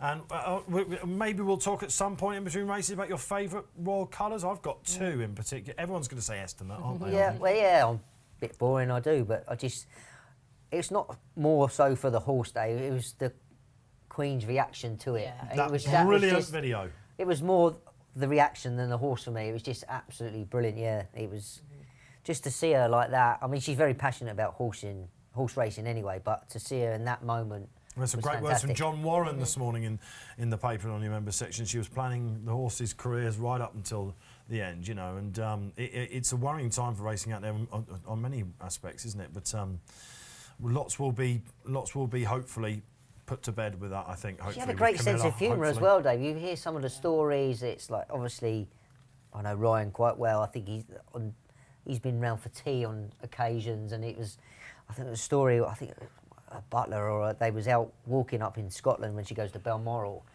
and a couple of hikers were coming towards American hikers, and they've stopped and they said, "Hello, oh, how are you?" And they said, "Oh, how long have you come up here?" So, "Oh, this is my holiday home. I've got a home in England." And they was like, "Oh, really?" And they said, "Oh, you must have met the Queen." And she said, "No, I haven't." And then the butler said, "Well, I've met her before." And they went, "Oh," and they got the Queen to take a picture of the butler because he. And they just walked off, and they were still none the wiser. And the Queen said to the butler, said, "Do you imagine when they get the pictures developed and show their people back home in America, and there's a picture of the Queen of England up in Scotland?" I Just think brilliant. There's a really good video out there telling that story, isn't there? So perhaps we'll open it up to the floor out there. Favourite royal colours? I mean, I remember a filly called Flight of Fancy was second in the Oaks. She didn't race after that. She became very important for the Dams bloodline. And she was one of the horses that really got me going. I think 98 she was foaled, and it was the 2000, 2001 Oaks, something like that. I can't remember. She was second to Imagine, I think, something like that. And anyway, that got me into it. And even the jumpers, of course, because the Queen Mother used to have the jumpers. Then the Queen inherited that when the Queen Mother passed. We were worried about that for jump racing, of course. Then my favourite of all, Barbershop. Barbershop. Yeah. Yeah, Henderson's. He was a Jumpers, proper horse. yeah. Whenever Nicky used to get an early novice that showed real promise like him, it was a great ride. And to see her enjoying him was marvellous. So let us know what you think out there. But we've got to move on the show as ever, because Newbury comes back on, and we've got the Dubai International Airport World Trophy. It is a Group 3 for the sprinters. Oh, yes. Here he is. There's Marvellous. Tis Marvellous. Manican, who's really shown his true colours of late. Chill, of course. Diligent Harry for Clive Cox, who's won this a couple of times. Barry, we're 2 out of 3 so far. Length in the odds not quite right, but the 2 plays before that came on. Who's going to get you back on track? Well, at the head of the market, Mannequin is your favourite at 4.46. 8 Diligent Harry. Chill 6.6. 8 is Marvellous. 7-4 Mitbahi's come in for support again with David Egan. A Day to Remember 16.5. He's a real negative. Look out, Louis, the pace angle in the race. Out to 22. I like Chill, Dave. Third in the Betfair Sprint Cup last year. This time round, he was fifth in Minzal. He's been mixing it in decent company. Obviously, he drops to a Group 3 here. Last time he tackled 5 furlong, he was only beat a little over 2 lengths in the Nunthorpe, won by Winter Power. Now, he struggled maybe to go to pace early, but he will be finishing fast. So what we're going to do here, please, Kate, and to showcase the Betfair Exchange, we're going to look at the 3-place market. Chill currently you can back at 242. We're going to have 25 quid Chill at 2.42. Happy to be a price taker, like I said, in the 3-place market. I just thought his value in the win, he was around a 7-1 chance. He's 6.8 now. I just think he will be finishing fast, and he does sometimes find winning an issue for him. So I'm comfortable in the 3-place market. With Chill. Yeah. I put this up in the Sprint Cup, Barry, when you were up at Haydock. And I suggested we might want to back it with the places, and luckily it snuck into 5th. Hayley Tunner rode that day, and it's a horse that we've seen on the show many times. Barry has put his horse up before, so it's a bit of a project this for Barry out there. And it's one I've recently jumped on. And I looked at this race and I saw that she was in the 5. She could have, of course, gone to Ayr and carried a big weight there. She'd have got in handsomely to Ayr, I think, but they've got Bielsa, of course, going in the same colours over King Power Racing Limited up there at the moment. So if you watch it back, you're right. She just fades a bit. But this is a horse that I think carted Hayley from the draw closer than she wanted to be. Now, if you're betting Chill today, which I am, you've got to hope that she is able to lie up with these 5 furlong specialists, or maybe have the speed to pounce. You think she will? No, I don't think she'll be able to lie up with these. No. My hope, I think she'll be finishing fast. That's my worry, is that she's too far back. So anything under 5s I wasn't sure about, but 8-1 in the early in the week. A horse that I like, pretty much named after my 3-year-old daughter, this. Just chill. Just chill. There's plenty of pace here as well, Dave, isn't there? Like, you've got Diligent Harry, who's sure to get out there. The Lookout Louis is want to go forward as well. A Day to Remember will go forward. So there is plenty of pace on. Yeah, and Probert's, I think, a good rider for her as well. And stall 10, if you know, of course, the stall's in the middle. Like Mick Bahi, of course, Rog all of a sudden could be going through the card, and David Egan, but I'm not sure about the wing. I was debating this with Rob Way on Thursday. I don't like wings, as you know, when they're not Unless next to you're a rail. to Australia on them. Quite right, absolutely. But it's too spicy for me, I'm afraid. So I would be taking him on that front. Mannequin, this is the acid test. And we saw on Shergar Cup weekend when we had Oshie Murphy, and it was a great ride that day. Third last, Hayley Turner got back on and hit the front too soon. But again, last time, was it Donny last time? Yeah. Wasn't it? Again, Ledger meeting, a horse that you just don't know quite how much he's still got to come. And John Ryan can get these good horses. 'Tis Marvellous, possibly my favourite sprinter amongst all of these here. Marv in the stables, as they call Beverly him. Bullet winner. He just comes back every year, doesn't Yeah. he? He didn't make the Shergar Cup again, which I think they're probably disappointed about. I know the owner, Steve Barrow, and he's a Watford fan. He'll be at the Vicarage this afternoon. And maybe he'll be at Newbury, actually, because this is an old boy, but he's an 8-year-old, and I just think he might find 1 or 2 too good. I wouldn't put anything past him. Diligent Harry in there as Barry Maynard as well. This is a really, really good couple of races. I think it's a totally underrated card, this at Newbury. If you're there today, you're in the right treat. We've had the Solid Stone race. At the previous race, which is it? No, we've had now the Stay Alert race. And then we've got this. We've then got the Mill Reef. And we finish off with the Dubai Legacy Handicap, which is always full of group horses masquerading as handicappers. That comes up at 325. Unmissable stuff here on Race Post Live this afternoon. So I'm with Barry. We're in agreement. Chill. I'm hoping that this 5 furlong experiment works. Batch. I've been to and fro. Chill. I was a fan of the start, and then I thought she does need a quick run race, and hopefully they come back at her, because as you said, I think she'd be fast finishing. But then I do like the look of Mannequin. John Ryan's great bloke. John, good trainer. Can train some jump winners as well. Good run at Donny, and I'm just gonna go with, I think, the improving 3-year-old, and As I say, I keep changing my mind, but Got a good draw. Yeah, good draw. 'Tis marvellous. You say Beverly Bullet winner, but he should be he's able to pick 80-year-old. onto his front runner patch, shouldn't he? Yeah, and do you know what? Clive Cox's other horse, Diligent Harry.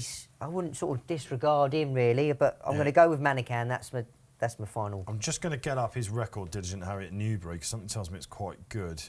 Yeah, he's had a second and a 0 next to his name, but that second is the one I remember, actually. When was that? Let's have a look, go back. It's second to Happy Romance last summer, and I thought, all right, he might be a good horse. And the ground has dried in his favour, I think. Kate, complete the tips. Oh, I'm with the favourite as well here. Unlike sort of our last race where we had to chance whether or not Phantom Flight was going to be taking the step up in grade then for him. Manican, I know he's back up into a Group 3 here, but everything's clicked for him. But we know that he was up to this then previously of last season up to this. So I don't think it's quite the step up from a listed race the last time out that we would necessarily sort of expect him to have to take a huge jump up on that basis. So Not worried about the quick turnaround then, guys, obviously. No, what's it, 10 days Don't now? mind that. No, not for my 5 furlong horses And like sprinters, that. yeah, And fine. No, not for the sprinters, and for how good he was then last time out as well. I'm not overly concerned about that. So yeah, I'm hoping that everything is just clicked for this lad. Back up into a Group 3 here, and like I say, there is plenty of pace on in this race. He's in stall 7 there. He should it's a have good draw. Yeah, really solid draw, isn't it? There, he's Yeah. got the pace around him. Mountain Peak in 6, Tis Marvellous in 9. Lookout Louis a quick horse, As isn't well, he? yeah, Lookout Mountain Louis is probably Peak, the I one. think, is overpriced, by the way. If you're looking for a big outsider out there, you could do worse than have a 5 on him. Remember when Graham Rodway insufferably napped him when he won at Ascot, and I said, can't really make call on the 5 furlong track at Ascot, G. You know what happened next. And I think he beat my horse that day as well, which was just to compound it. Tom the Pom gets on him, Marquand, of course. So look, we've just said goodbye to the month of team racing. Racing League gone, Shergar Cup gone. We've got team tips going on now because we teamed up in the last. Now me and Barry, get you're some switching merch. team. What are you doing? Yeah, it could come back and bite me, couldn't it? I'm hoping it does. Yeah, And this yeah. is what Indeed. I could edge back that way. That's Sorry, it. you've got the place extra on this side. Why it's a little bit more I over see. this All right, side. we're giving him that. Royal Champion, by the way, confirming that the ground is perfect, good ground, really. It's not on the slow side. It's not on the far side. 1.6 slow they were in the listed race, and that's exactly where we're staying. So, fair, level playing ground. Well done, Ayr. Their big day in the sun, isn't it, on the flat, that's for sure. All right, Barry, we've had our say. We'll get some socials up after you give us a market update, please. Yeah, so Manican at the 4 now, 7.6 Diligent Harry and Chill. 12 this Marvellous. Mitbahi continuing to come in for support into 6.2 now, and it's 17 bar. So he's the real strong one in the market now, Dave Egan. Again, who's on the treble, isn't he? He's been back to the high of 11, so 10 to 1. He's halved in price, Mitbahi. Yeah, because he won our previous race, of course, with that never in doubt ride on Stay Alert. And he's got Mitt By here, who it was too He won bad. the opener. It was too bad. He won the opener as well, did he? Yeah, they won the opener, yeah. In that case, he's on the 4-timer, Barry, because he's got Sakia coming up at 250, who will be a hot pot in the Mill Reef. This will be a 3-timer. He's on to ride the first 3 winners if he wins this. He's rode the first 2 winners, and the money's come for this, so, you know. I didn't see the result of the 120s. That must have been a Varian 2-year-old, was it? Yeah. Okay, all right. First time out. Exoplanet. Oh, the well-backed Exoplanet. I love this time of year for 2-year-olds. It's great, isn't it? Of course, for he who must be obeyed. All right, Shake Obeyed. So, all right, David Egan. Shake Obeyed, your horse, triple time. That's it. Oh, your horse, I think, isn't it? He's one to watch out for. Yeah. Okay, let's go socials before we go back to triple time. We'll have that conversation, Barry. Toon 2020 comes back on and says, "Tis marvellous. Life in general, or just your tipping out there today?" YHWH, chill to bolt up. So again, this is a lot of team tipping going on out here. Frizzy Red, all right, testing me here.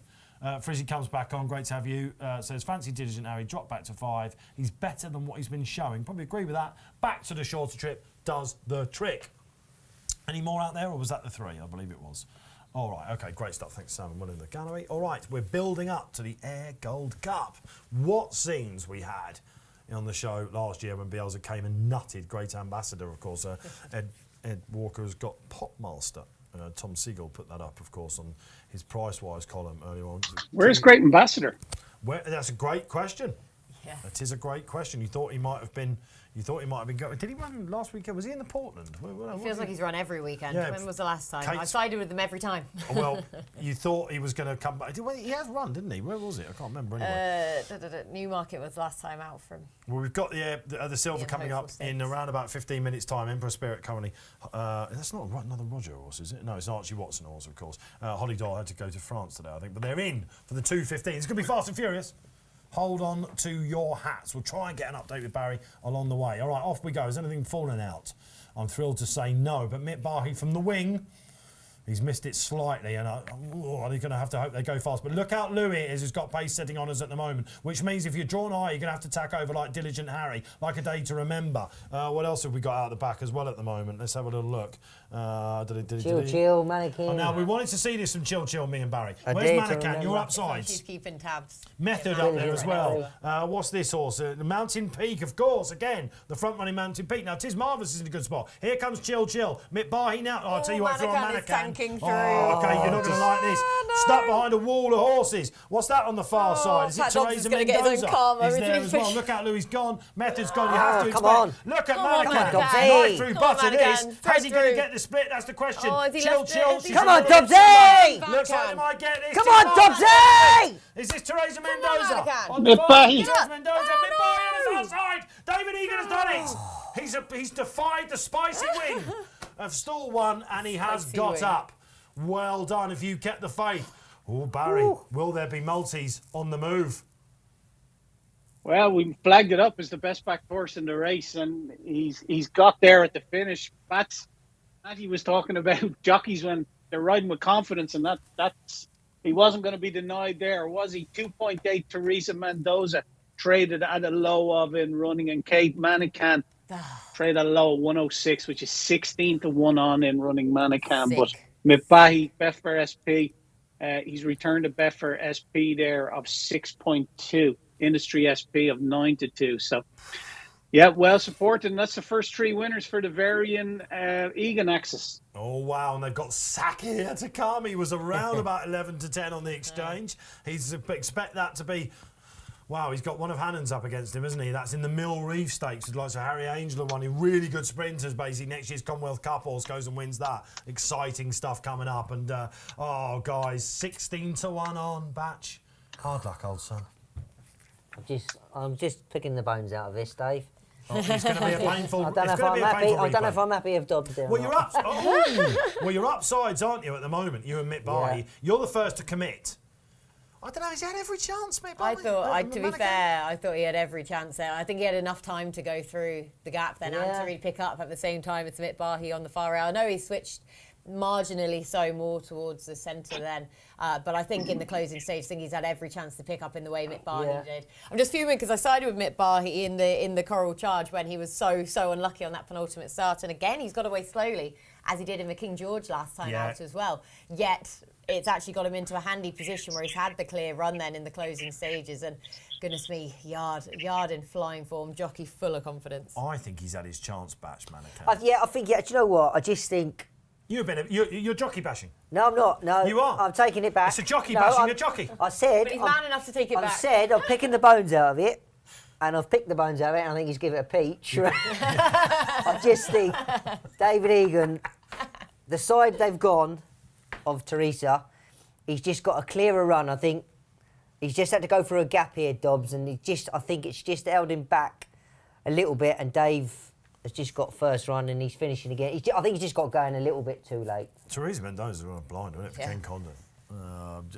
But didn't go that short because they were expecting her to get swamped. Amazing how they know. So 3 horses separated by a cigarette paper then basically. So an update then about social. Here we go. Oh, the amount of confidence young David is riding with, says Will. Yeah, and again, just to count and say, well, you know. Well, see, and like he's put Misriff way behind him, but I think that just highlights that what jockeys, as well. It's such a hard job to keep everyone happy, and do you know what? It's Misriff could have just been running under par, but first point of blame is the jockey. And Yeah. Well, that's where you went. Exactly. Not often you see a jockey bashing a jockey, is it? We were having a bit of a wind-up, of course, but because Manukyan is one of those horses, and I wouldn't give up on him yet, but that was a tougher level, wasn't it? Chill didn't quite have the nous. It's so different. She's no trip anymore, Dave. She's She's gone at the game. She's no trip. Oh, gone at the game. No, I'll tell you what, they might. Yeah, I mean, she's getting on a little bit, isn't she? 6 now, yeah. Yeah. You might be right there, though, Barry. So, he's a bit cutting, is Barry, when he's very quick to jump off projects. Probably why he's been in racing so long. Right, OK. We've got the 2:30 coming up next at Ayr. David Egan will be on that fabulous 4-timer. Anyone? Got him in a Maltese? Anyone? Because we do see this. We always see it, don't we, at the end? Yeah. We saw it with Safi, of course, in the racing league. Sometimes just missed out on a worldie, didn't he? Oh my goodness! So, yeah, it was over 6,500 to 1. That I remember treble. the horse that let her down as well. Yeah, and that how did that run? That actually ran well enough as well. But yeah, for the 4-timer, then it was just ridiculous. So, and 40 to 1, 28 to 1, and then the favourite. But even that was a fair price. So considering, but just what confidence can do. I'll tell you what. Ridiculous. Talking about confidence, I'm thrilled to have had a winner so far because we've got the Ayr Gold Cup coming up, and you're going to have to try and break your duck. I'm going to bring it back in the silver and the Gold Cup. You've had a couple of those so far, haven't you? What's the story? It's always when you get nutted in the first race on this show as a pundit, as a tipster, you're just looking up. You're looking up. But a strong finish is coming from the Tracey, I think. There's no doubt about that. Right, there it is, Barry. Pick the bones out of it, please. Where have you gone? You've only allowed one. Yeah, Emperor Spirit's your favourite, 7.2, 9.2 Snatch. Strike Red, 15.5, 16.5 Aberama Gold, Woven 18, 16 Jump the Gun, some money for that. Assad Jamira, there had been money for that earlier on the week. That's out to 36 now. Interesting to see what Cam Hardy in play. I like Aberama Gold. Was fifth to Magical Spirit in 2020 in this race. It was once rated 103. He's 88 now, so he's dropped 15 pounds from his highest rating. He's second twice over the course and distance back in July, off a similar mark. They tried a visor on him for the first time in the first of those runs in July, and they've kept it on him since. He's still only a 5-year-old. There could be a little bit more in him, and he's got a decent enough draw on 22, I hope. So what we're going to do here, please, Kate, we're going to toggle over to the sportsbook, where there's 6 places on the Betfair Sportsbook. And we're going to look to avail of those 6 places. We're going to have 20 quid each way. Yeah, Aberama Gold. Perfect. He's fairly short, isn't he, Barry? Because I'm just sort of like, my computer went down there. There has been money for him, Dave. Yeah, no, this is Keith Dalglish, of course. Is it? A new look, Keith Dalglish as well. Oh, yeah. Have you seen? I saw him at Sandown. Johnny Depp look, isn't it? Yeah, I didn't expect that whatsoever. He's got that very progressive horse that took it down to Sandown, hasn't he? I saw him being interviewed there. I thought, hello, Keith. Yeah, absolutely, of course. Very good rider in his day for Mark Johnson, and now one of Scottish top trainers up there. And Scottish winners of this race. That's something I would check in a minute. But Aberama Gold, then, you have to expect, when you've got a horse like this, and the owners like this, is probably one day that they've been wanting, haven't they, all year? And Aberama Gold from 22. So there's so much about the draw here, isn't there? Of course, so we've got 25 horses going across. So stand side for Barry Orr. Kate Tracey, come on, where are you going? I am going still 16, Roman Dragon. Basically, I mean, we do this every single year with this meeting at Ayr, don't we, where we look at the Bronze Cup and we look at the other handicaps and races then on the straight track, and we try to discover our bias then for the silver and the gold. And of course, when they were further spread out previously, we had even more reason to try and discover that bias. It just doesn't translate from one race to the next. We saw that in the Gold Cup itself last year, didn't we? Where we were all looking towards the far side, Bielsa comes up the stand side. So I've kind of thrown out previous races from the same meeting, and I've gone back through the previous years then rather, because that gives you actually a better reflection, believe it or not, from year to year. But I like Roman Dragon here, who is a very big price and continues to drift, which is wonderful for me earlier on. But I mean, he's trained by Hugo Palmer. He's just had a solid season in his 6 starts. He's posted really similar RPRs on each of those occasions.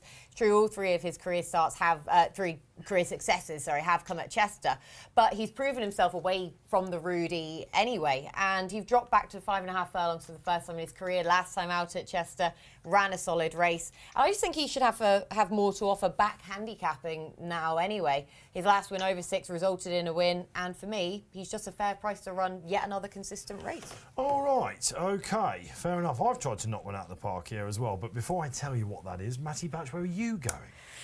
I think I'm going to go with one of Tim Easterby's darts. No, he's got three. You've got like a quartet that you could have tipped here, and you're going to have to. We want to put on top for the viewers. I mean, he won the race last year. He's won it a couple of times actually in recent years, and I think I'm going to go with a Snash. Snash, course and distance winner in July. 2 from 4 with cheek pieces on. Bit unlucky, didn't get the run of the race at Ripon last time. So for me, Snash. I do like Archie Watson's. I'll tell you what, he was a big eye catcher in that. Yeah. Mark Horosky, who deputises, as our viewers will know, for Barry when Barry's on track, basically he put him up in the Thirst Cup, and I was like, I'm not sure about this, because who did he used to be with? Was it Charlie Hills he used to be with? And that day he got mullered in running, and he that was the one. He has won over the course of distance, this bloke, and he's from Stall 8. You're going over the other side. I'm going the other side. Archie Watson had a win at Newton Abbot, I think, yesterday or the day before, in good form, but yeah, and these other ones, Have a Go Joe, Hyper Focus, they've all got chances. Name, Have a Go Joe. Have a Go Joe, but Snash for me in Stall 8, Dave. It's Enzo up there calling today at Ayr. He somehow managed to get that gig. I've sent him all out there. Oh yeah, he was doing a tour of, because he did, Newcastle Thursday. They tend to do that, the commentators. They have a roster, and they tend to try, if they're going, I mean, Fosslas is the sort of, that's the Enzo paradise, let's just put it that way. but they tend to, maybe he might try and do a Chepstow or something. So they try and do that logistically. So he's on a bit of a tour. I think ITV are taking Enzo today as well. He sent me a message saying, it looks like I'm getting that gig. So he was like, more sweat than normal coming off the grease monkey. Which is why. I suppose he appreciates that. The grease monkey. I might have just blown his cover on that one. Look at his hair next time you see it. Right, who's mine? Oliver Stammers, step forward, young man, for Jane Chapel-Hyam. Jane has had a hell of a year, hasn't she? One of 2 for her here, a Plum, who she inherited off William Haggis.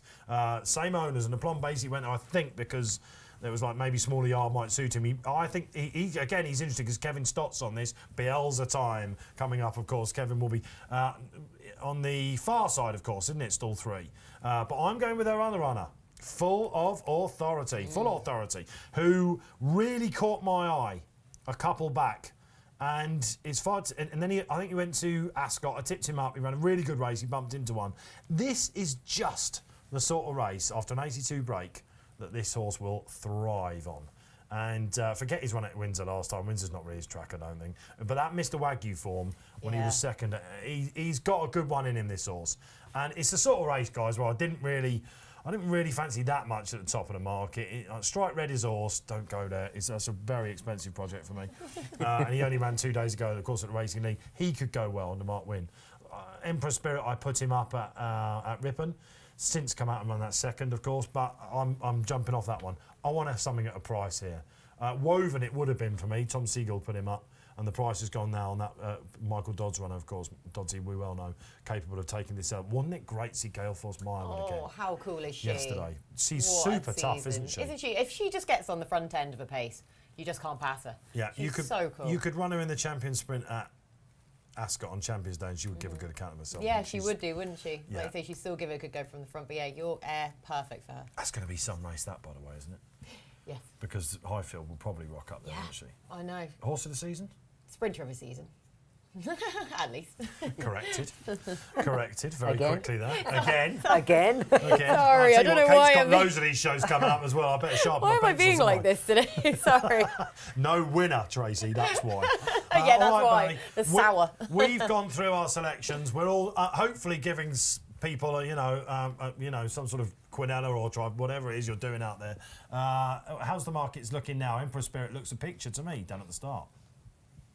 Yeah, 10.5 each of 2, Snatch and Emperor Spirit. Strike Red, 15. Aberama Gold into 13.5 with 16 when we last spoke. Woven, 14.5. Jump the Gun continues to track support 12.5. Dusky Lord in for some support into 18 from 22. Bernard O'Reilly, some money for that into 27 from 30. That's another Spencer horse being backed, isn't it? Bernardo O'Reilly, in the more usual colours for Richard Spencer. Okay, the Mighty Gomez, who's been up there, I know. Hyperfocus running well, will not be out of the frame. Is that another Easterby runner, Hyperfocus? Yes. Used to be, didn't it? It is still, yeah. Oh, very quick as well, wasn't it? Week off. It was one of my darts, Dave. All Sports Fan Adam. All Sports Fan Adam, who I like out there, says, have a go, Joe, each way. Jump the Gun each way for me too. I keep... Another Easterby horse, Dave. Have Another a go, Easterby horse. Jardine, the other one as well. Paul Mulrennan, 25 as well. Historically on the draw. Should we play that game? Here we are. Richard Birchie's Nap. Was that on the postcast? Birchie's, Birchie, one of our see the ball big tipsters, as you well know if you follow the Racing Post. Was his Nap? Was it Jump the Gun? Very interesting indeed, Mr. Bond. All right. Historically on the draw, and it's quite interesting. So since 2015, when Tatsilu won the race for Richard Fahey, 1, 2, 3, 4, 5 have been in low stalls, so far side. Staxton for the Easterby team, as you'll probably know. Won the race last year. Yes, it did. But it can all flip on its head. I love it how we got Batch in for this show, and it's just showing your versatility today, Batch, which we know you've got in your locker, mate. So look, where's the pace? I guess, and I'm going to go to Tracey with this. There's a curveball. Yeah. Okay, pace. Well, we've got who we got. Well, I mean, I'm one of them. Roman Dragon down the centre. Edward Cornelius high, Empress Spirit low, Hyperfocus high. So Hyperfocus, middle to high. So basically it's all over the track. All over the track, really. No Yeah. real excuses from a pace perspective on paper, anyway. Yes. Now, up until in the biggie itself, can anyone remember a couple of years ago when Richard Kingscote and Tom Dascombe won the race? I keep forgetting this horse's name, and I don't know why. Rudy? No. What was the Air Gold Cup winner that they had? Richard. It was a big price. It was Rudy, yeah. No. In the silver or? No, in the Gold Oh, in the Gold actual Cup. Gold Cup. Angel Alexander. Oh, yes. Yeah. Oh, yeah. The 3-year-old. I back that. Oh, there he is. Mattie Batchelor's not just Mattie Batchelor's got some after time in company today. Yeah, I put her up on our podcast, 33-1. Go back and check it. You can do, absolutely. No, listen, we got to give Barry some credit. That Shergold Cup day was some of the best tipping I've ever seen. All right, so getting back on track.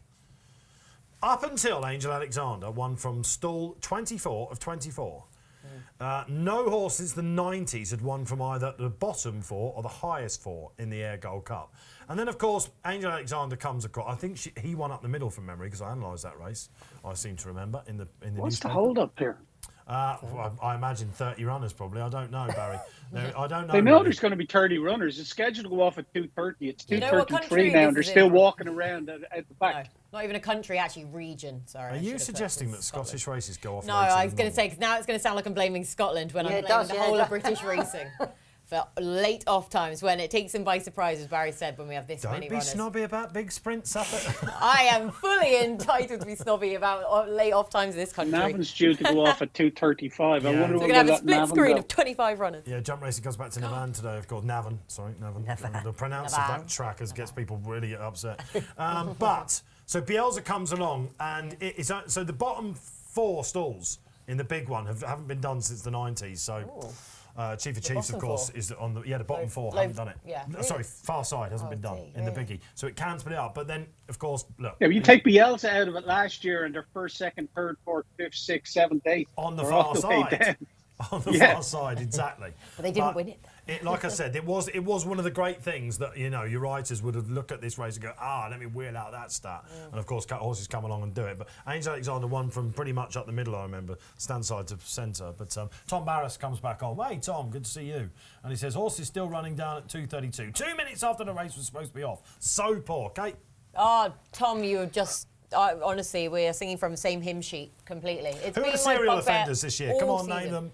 Serial offenders for tracks, it's always the usual suspects. Well, I mean, to be fair, Newbury. the smaller tracks have been... Yeah, Newbury's always bad. Sandown does their own thing. But even smaller tracks, Yarmouth's been horrendous all year for late off times. I should have written it down. I just need to start wheeling them off because they've all been awful. And in Ireland, they've been amazing. Unbelievable in Ireland. Someone wants an All season. invite. No, I've only just recovered from my last trip to Ireland. Goodness me. Yeah, the black stuff was flowing, was it? Yeah. It was going down too well. Sounded like it was doing. Kate, you've got an hour. You've got an hour until the Thirsty Bear, all right? No, of course, not for a last while race comes yet. up at 3:40. This is the big consolation. Go on, Barry. I'm just saying, you have a 2 mile maiden hurl after jumping off in Navan now. That was scheduled to go off at 2:35 and has gone off in time. Yeah. And they're loading. Going to have a split screen for the Ayr Gold Cup, clashing with a 2 mile maiden hurl in Navan, September. Can you please pump this up more to give it, because it's not good enough. No. Just as It's Matty not good Batchelor's enough. about to make his commentating debut as well. I mean, it's an absolute... I was ready, I was primed, and... Well, while we're waiting, let me give you a quote from Roger Varian on Mick Bahi, who the treble, the 4-timers on guys at 250. He's lovely, says Varian. I managed to speak to Roger about this chap pre-Goodwood, I think, and I knew that he liked him a lot. The plan was to always come here and get him started. That's interesting. Past couple of weeks, when the recent rains got into the ground, we think he can go on, basically. He's strengthened into his frame. David gave him a lovely ride. He could be put away now, potentially, because we think he'll make a lovely, lovely 4-year-old. Yeah, So we could be seeing... Would it admit Bahi suggest that he might have been a Shadwell dispersal? I don't know. I will check that, but... Because they trimmed a lot of their operation, didn't they? But we are off and running in the Silver Cup at Ayr.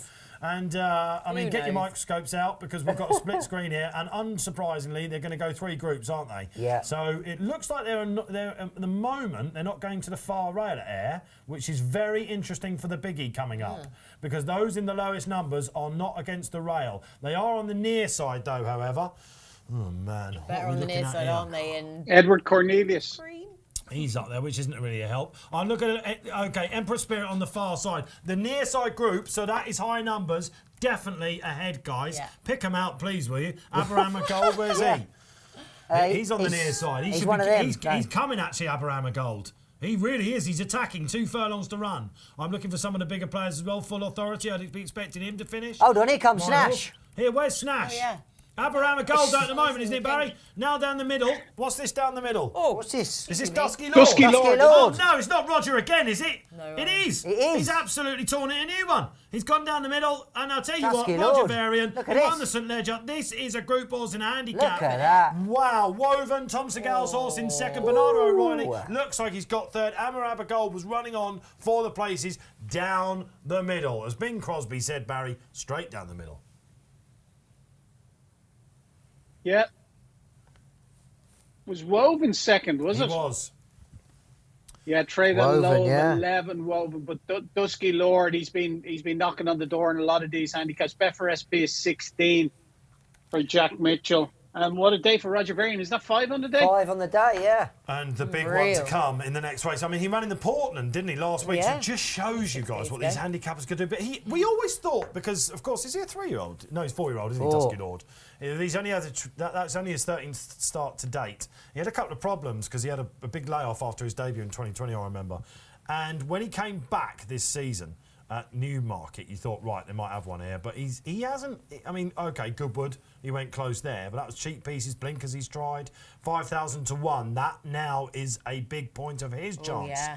And he's been well backed, I think, for Andrew Balding, who's won that race before, the 340 race. But he was he was beaten less than 6 lengths behind Chipstead in the Portland on last Sunday. He's turned out quickly. Stall 10, Jack Mitchell on the double as well. Didn't see that coming, Kate, did you? I didn't, no, I really didn't there. But like you said, I mean, from stall 10, right down the middle, and we were all, well, sort of trying to look as best as we could towards the stand side, who looked to have the advantage.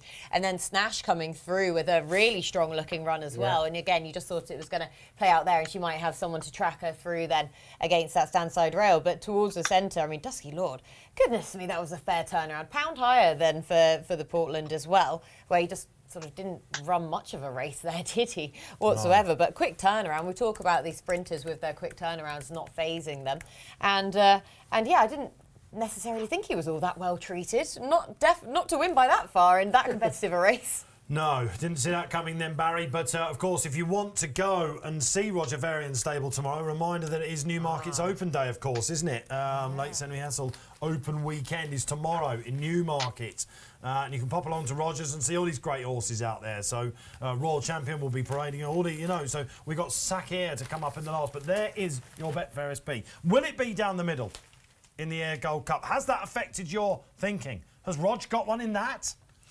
That's the question, isn't it? 3:40 coming up. In the meantime, we pop back to 2 races at Newbury. We've got a really good 2-year-old race coming up as well in between these two, haven't we? The 3:05 at Ayr, of course, is the Firth of Clyde Stakes. Hala Athmani couldn't get it over the line for Jabba Abdullah and Kevin Ryan last year. Queen Me is expected to do the business for them, but she comes up against a very promising Bonnie Angel, and all the time it was an eye-catcher last time. Maria Brownwell, who've been calling all year, haven't we? Royal Ascot and all that sort of stuff. Cannot wait for that at 3:50, but it's time to go back to Newbury. And Sac-Air, Barry, he was around about the 11 to 8 mark. I came in 11 to 10, is now just about the best price, is it? Or is that even under pressure? Yeah, so there was like around 60 quid matched at 2 to 1, 2.98 on the Betfair Exchange. That's his high. He's into 1.91 now. So he's 10 to 9 on. Should have been a ring 5.5, 8.4 Wallop, who's an interesting contender here. 16 Heroism, Sharon 16.5, 22 bar. Yep, Roger Varian has 2 in this, and I'm going to go for the outsider of his 2. Obviously the favourite, very easy winner. What we saw, they paid big money for him as well. Looks a really, really nice prospect. But this horse, Sharon, I thought quickened up really well to get the better of Katai, who's been second since in Haydock on the debut, and went to the July course and finished second to the favourite there under £7 Penno. I don't think lost much in defeat there. And the horses are flying. 12 to 1 to win the race on the sports book. It's currently trading at 16 on the exchange, but like I said, Shakir looks a proper horse. So we're going to toggle over to the sportsbook, please. And we're going to look at the without market on the sportsbook. So over on the top banner, yeah, you toggle down there. Currently, Sharon is trading around 4 to 1. We're going to have 25 quid at 4 to 1. Perfect. All good. Market. So the horse can win the race, or if the favourite wins and we come second to it, we still get paid. Mm-hmm. All right. There we are. Okay, so that is the way to play this, according to Barry. I have to say that I got this down to 2 horses, the 250, and it was, funnily enough, the top 2 in the market. Richard Hanna's farmed this race over the years, hasn't he? And Should Have Been a Ring has been sensational, isn't he? And he's real tough terrier of a 2-year-old, I think. They were going to have Persian running here, weren't they? But he hasn't made it for whatever reason. I just was very taken, and it wasn't impossible to be when Sac-Air absolutely routed his rivals last time. That was at Haydock, of course. He slammed his rivals 2 to 1 on that day. Massive eye catcher behind a decent one at Windsor on his debut. Sometimes you're weighing with yourself, aren't you, whether they can, because experience can be big things in these races. And Should Have Had a Ring. I think there should have been a ring. I think it'd take a lot of beating here. So the 4 to 1 is quite attractive now, but I had to put up a tip earlier. I didn't know he was going to be odds on. I think Sac-Air will be the one to win. Batch. Yeah, I know. I've got a good friend who works at Hannon's. They do Should Have Put a Ring. They think a lot of him. I'm going to go for the tipping competition. I'm going to chuck my joker in the ring. Okay? Oh. Right. I'm going for a Roger Varian forecast. Sac-Air and Shireen, because I agree with Dave what he says about his other horse. So yeah, Roger Varian forecast for me, 5 and 1. You're channeling your Nat Green. These exotics. Double bubble, and this will be edging over here in a minute. Oh, there we are. That is a Nat Green thing to do. There we go. Yeah, I think Charon's a really interesting horse. I've got a feeling he should have won last time on the July course. I watched that race. I think it was an early race when we were coming in here, and Endeared beat him. He carried a £7 Penno that day. He didn't lose much in defeat now, for my money. Yeah, Ray Dawson was on. I think he had it all the way, and then Endeared came over. And look, I don't want to go on about it too much, but the more I watch racing these days, the more there is almost like, and it just like the jockeys kind of just accept it. There is a drifting of horses when a horse is in front, and it's slight intimidation. Now it's race riding. You're looking at me with a knowing look there, Batch. But this was, look at it on your members club. You can do it. Tell me if I'm wrong. Indeed, Daniel Muscat just did enough, especially the 2-year-olds. They have a bit of a think about it, don't they, when they come close to him. I thought he probably should have won that day. And you're right, Barry was giving away the penalty. He's a nice horse, and the fact they're coming here, They could have. Yeah, and taking on a hot pot at their own yards. Yeah. I mean, whether he's quite up to sack here, we'll find out. And you could say that third run, and then I might have some fun with him and all that sort of stuff. But he's a nice horse, got some scope about him, Sharon. So you're going for the exotic. Very bet, yeah. Very in forecast for me. All right, Heroism's a big price here, Kate. Was he on your radar? Oh, they're all on my radar, especially for Clive Cox then as well. I mean, we talk about Harry Angel. I mean, trained by Clive Cox, who won this on his second start after being beat on his debut. And Heroism himself even looked green enough on that debut start, yet still managed to win at Salisbury. And that was... He posted a very fair effort within that in a decent time, and what we expect from a Clive Cox 2-year-olds to go forwards, you have to respect Heroism on that basis. But then they also link to Harry Angel. I mean, his son here, Wallop, who's again can't be discounted when you just sort of look. If you just looked at this race or this card for 5 minutes beforehand, you'd see third. Well, sure, with the last time out winners coming out into this race and the record of horses that finished first or second on their previous start to come into this race, I think they've won all 36 of the last renewals or something like that, to remember exactly. So that's not going to be a positive, the fact he finished third. But he finished third behind Noble Style and Millstream. And he can be upgraded for that as well, for that run. So I think that he's there with a huge chance himself at a very fair price. But I don't know what to do with this race. I think I'm going to still side with Should Have Been a Ring just to try and play it with a straight bat. An official rating of 101 sets a standard. Maybe it's one run too much for him, but at least we know where we are with him, rather than the rest of them are open to any amount of improvement. So God knows which one of them is going to improve the best. So, well, listen, with the 2-year-olds, you can get that. It can be a bit of a guessing game, can't it? But I don't know. Even Mustajab for the Muir and Grassic stable is an interesting horse, and he's friendless, basically. So we have got a tip from Kate. It Should Have Been a Ring. And I think at the prices, if I was doing my... Look, between them now, it's whether there should be so much discrepancy. How much of the 4-timer is borne out into this price now, Barry, with this horse? But this was always the shortest of his runners, the shortest price of all his runners today, and it's just probably compounded a little. I've been talking to the guys in the trading room, and we've no real liabilities at the moment running up, so there's no concern there. They're not pushing any alarm buttons just yet, because the varying Egan Axis, they wouldn't be like a Frankie Gostin or a Holly Doyle kind of attracting support in multiple bets, as you do around more of the major festivals, and sometimes on a Saturday as well. So there's no real concern at the moment, but yeah, obviously it's a watch and brief for now. Yeah, all right, okay. So is he the right price? 4 to 5 on track, pretty much. Bigger on the exchange as per usual. Not that much bigger. That's even crashing, isn't it? Devo, come on, Wallop, for the same connections of Bosch, of course. The Bosch and Wallop, great name, isn't it? Interesting that he comes here after just a 1-run, Kate. Yeah, no, really interesting. But I mean, I think it was, I think that race was analysed in the verdict actually on Racing TV, and it was really well analysed by Angus McNay as well, from what I can remember. And sort of the way that he was marking up Wallop was because of greenness, exactly where he had to come from as well. And of course, the form that he's then run into. I mean, Noble Style, he's just wonderful. One of our leading juveniles then of the entire season. Of course, we've got the filly there, Tahira, now bang at the top, and the lad we're not going to see again. I think he's had a bit of colic, Noble Style. I saw a note. I'd say why we didn't get to see him out then. Yeah. I couldn't remember what the reason was. But yeah, between him and Millstream, we don't mind finishing behind those two on your debut start. And yeah, so I mean, he has to be given serious respect as well from the type of a race he ran on that debut. And Joe Holden comes back in and maybe the first time today, Joe, welcome, and says, just back variant. Symbols. Is that easy? All sports fan Adam comes back on. Great to see Mattie Batchelor. Never seen him on before. Oh, here we go. Oh, really? Oh, God, don't do this to him. Carruthers. Watching National Hunt as a kid, you've got a fan out there. Cheers, Adam. There you go. Adam. All right, okay. Or Mrs. You Batchelor. can't watch many of these programmes. I've been on a few. That's right, absolutely. Yeah. And funny enough, he'll probably be on for what we know as the old NSC weekend coming up. It's got another new name, isn't it? But Carl now. We'll be there. We'll be there before we know it. Again now. We'll be What's there it now? before we know it. Coral Trophy now. Isn't Yeah. it? Got another new name. Yeah. Yeah. Okay. All right. So, what time? Now, this is going to go off at time, is it? Come on. I know they're 2 years Yeah. but And you know it's I Newbury. hope so. I think they heard you calling them out, Barry 10 Newbury, seconds. didn't they? I don't know. 10 seconds. I don't think he'll be on. Yeah. The thing is, it's not. Newbury must have heard us. That's what I mean. It's not difficult. And then the to get one these time horses you out. point You might them have given out. them the hurry up. Yeah.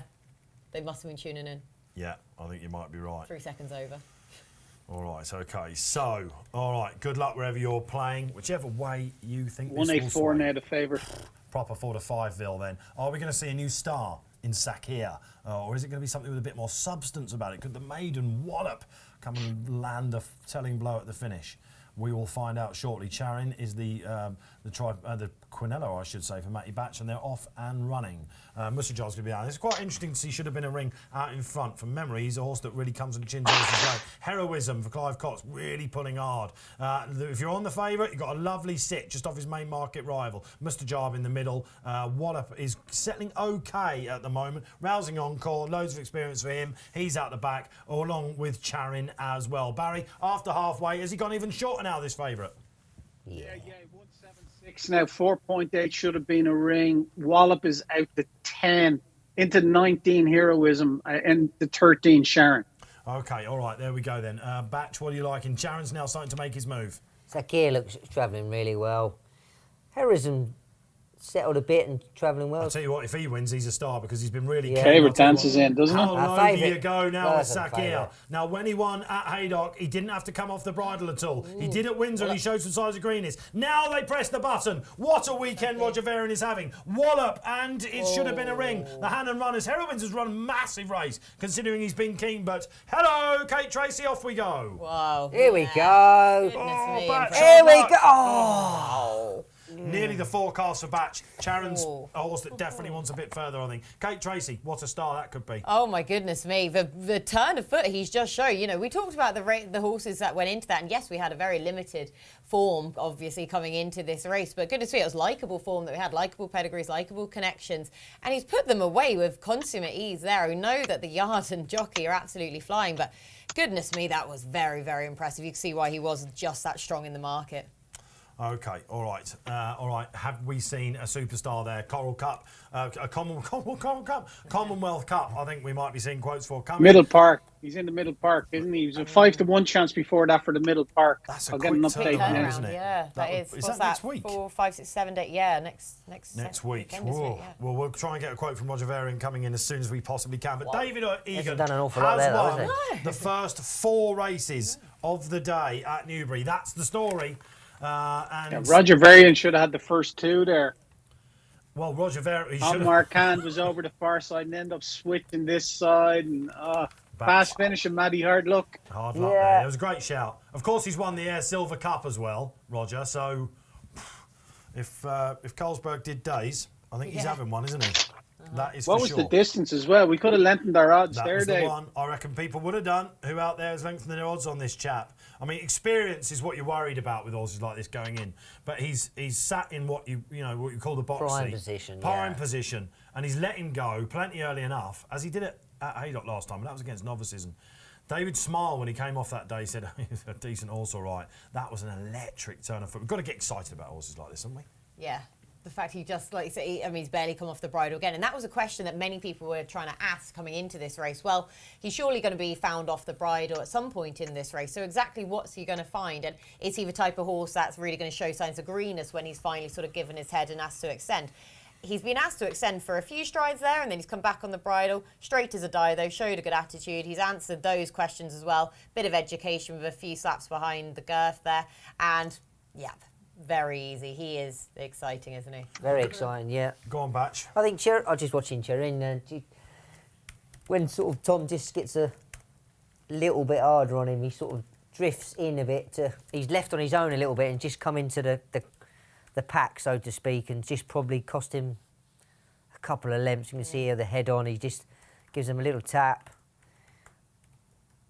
and just sort of edges in a little bit.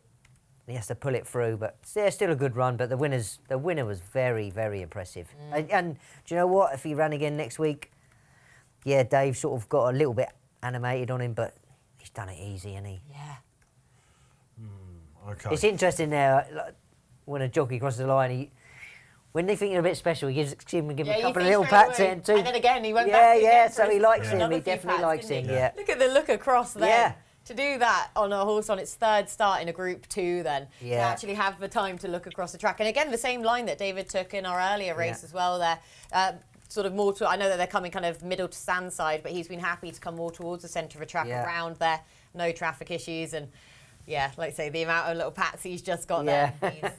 He thinks he's smart, doesn't he? He's ridden a few of them. Absolutely, yeah. Well, quite. Could this still be a classical? Let's have a look at his pedigree, which was, of course, remiss of us not to before we move back up to Ayr. We've got 10 minutes until the next there. So he's by Zoffany. All right, miler, who likes a bit of cut underground. Very interesting. The dam was a sprint maiden, but has produced a mile 4 winner. Very interesting indeed. So quotes will be everything about this. Will he turn out quickly for the middle part? You probably think probably not now, wouldn't you? I would imagine. I mean, if he does, then you'd have to suggest he's just a 2-year-old, wouldn't you? I mean, they could have gone for a middle part with a horse like that, couldn't they? Obviously, but off the back of a novice win, you're looking at a 12-1 shot, you know. Yeah. And always what is probably the hottest 2-year-old sprint race of the year, usually. Some people might be saying that happened in Ireland earlier in the season, of course, with the now absent Little Big Bear. So middle part. Like I say, that pedigree does suggest Unchanged that he at could, 5s. yeah, get the trip then for Guineas next year. Oh yeah, of course we've got the likes of Marshman, haven't we, come up, and there's lots of excitement about that. Our guys in the gallery are all over Marshman, of course. Who was that second to Noble Star last time? At York it was, I think, wasn't it? All right, okay, all that's come. Cambridgeshire, of course, next Saturday as well. We're hotting up big time and love to be doing it. Love to go back up to Ayr for the 305, another 2-year-old race. It's the fillies' time this time, the Group 3. Queen Me then, Barry. Bonnie Angel was really impressive at Doncaster meeting all the time. She's got substance against her, but the market has another hot pot. Yeah, very much so, Dave. She's really strong. 2.68. Queen Me. Bonnie Angel 6.27 all the time. Maria Bardwell is 13. It's 14 Mini Tonka and 17 Bard. Queen Me. She looks like she'd be hard to beat in her second in the louder to sing along. But the horse I like in it is All the Time, and she beat Sing Along 5 lengths on her debut back in on the 1st of June in Nottingham. She disappointed in the Queen Mary, and then she went to Goodwood, and where she was 5th to the Platinum Queen. She didn't lose much in defeat there.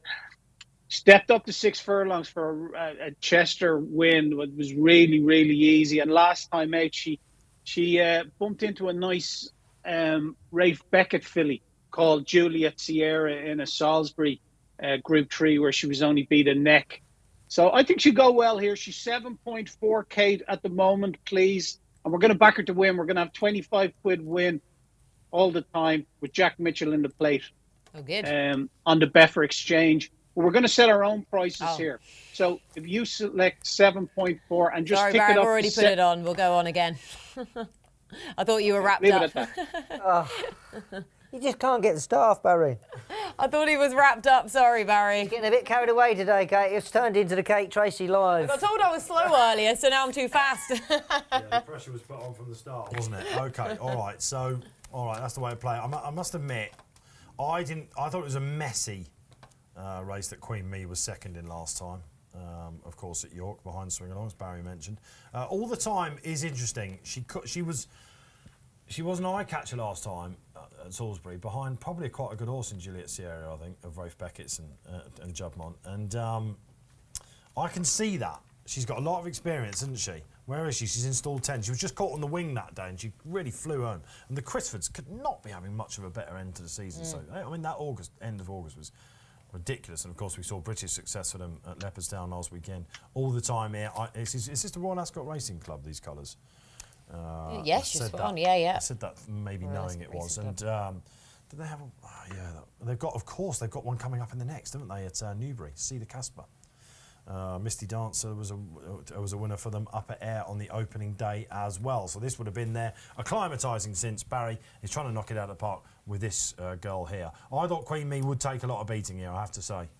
Yeah, I'm with Queen Me. I can just see the ball big here, I think. Yeah, I just thought the Group 2 last time, sort of dropping down in class. I just think she brings the best form. I do. Bonnie Angel as well. Won her last 2. Step up in class, but I think she'll be able to handle it. I do think it's a 2-horse race, Dave, but I'm going to go with Queen Me. Yeah, same. And this is a race that they target, as I said, the Ryans. They won the first 2 races of the meeting with 2-year-olds. They've got Bielsa coming up. Could be a very big 40 minutes or so for the Ryan team, and stall 8 was the icing on the cake for me, because I just thought she'd get a bit of cover again. Now, when you go into something like the Lowther with a once race winner, again, like we said about Sakir there, the worry is, and you see them getting sunk all the time because it's just a totally different ball game, totally different pace, and experience can count for everything. Up against Bonnie Angel here, Kate, who absolutely ran away with a nursery. At the Doncaster meeting. Kevin Stott is on, which is interesting in itself, because you have to think that Queen Me might have been a ride for Kevin, wouldn't you?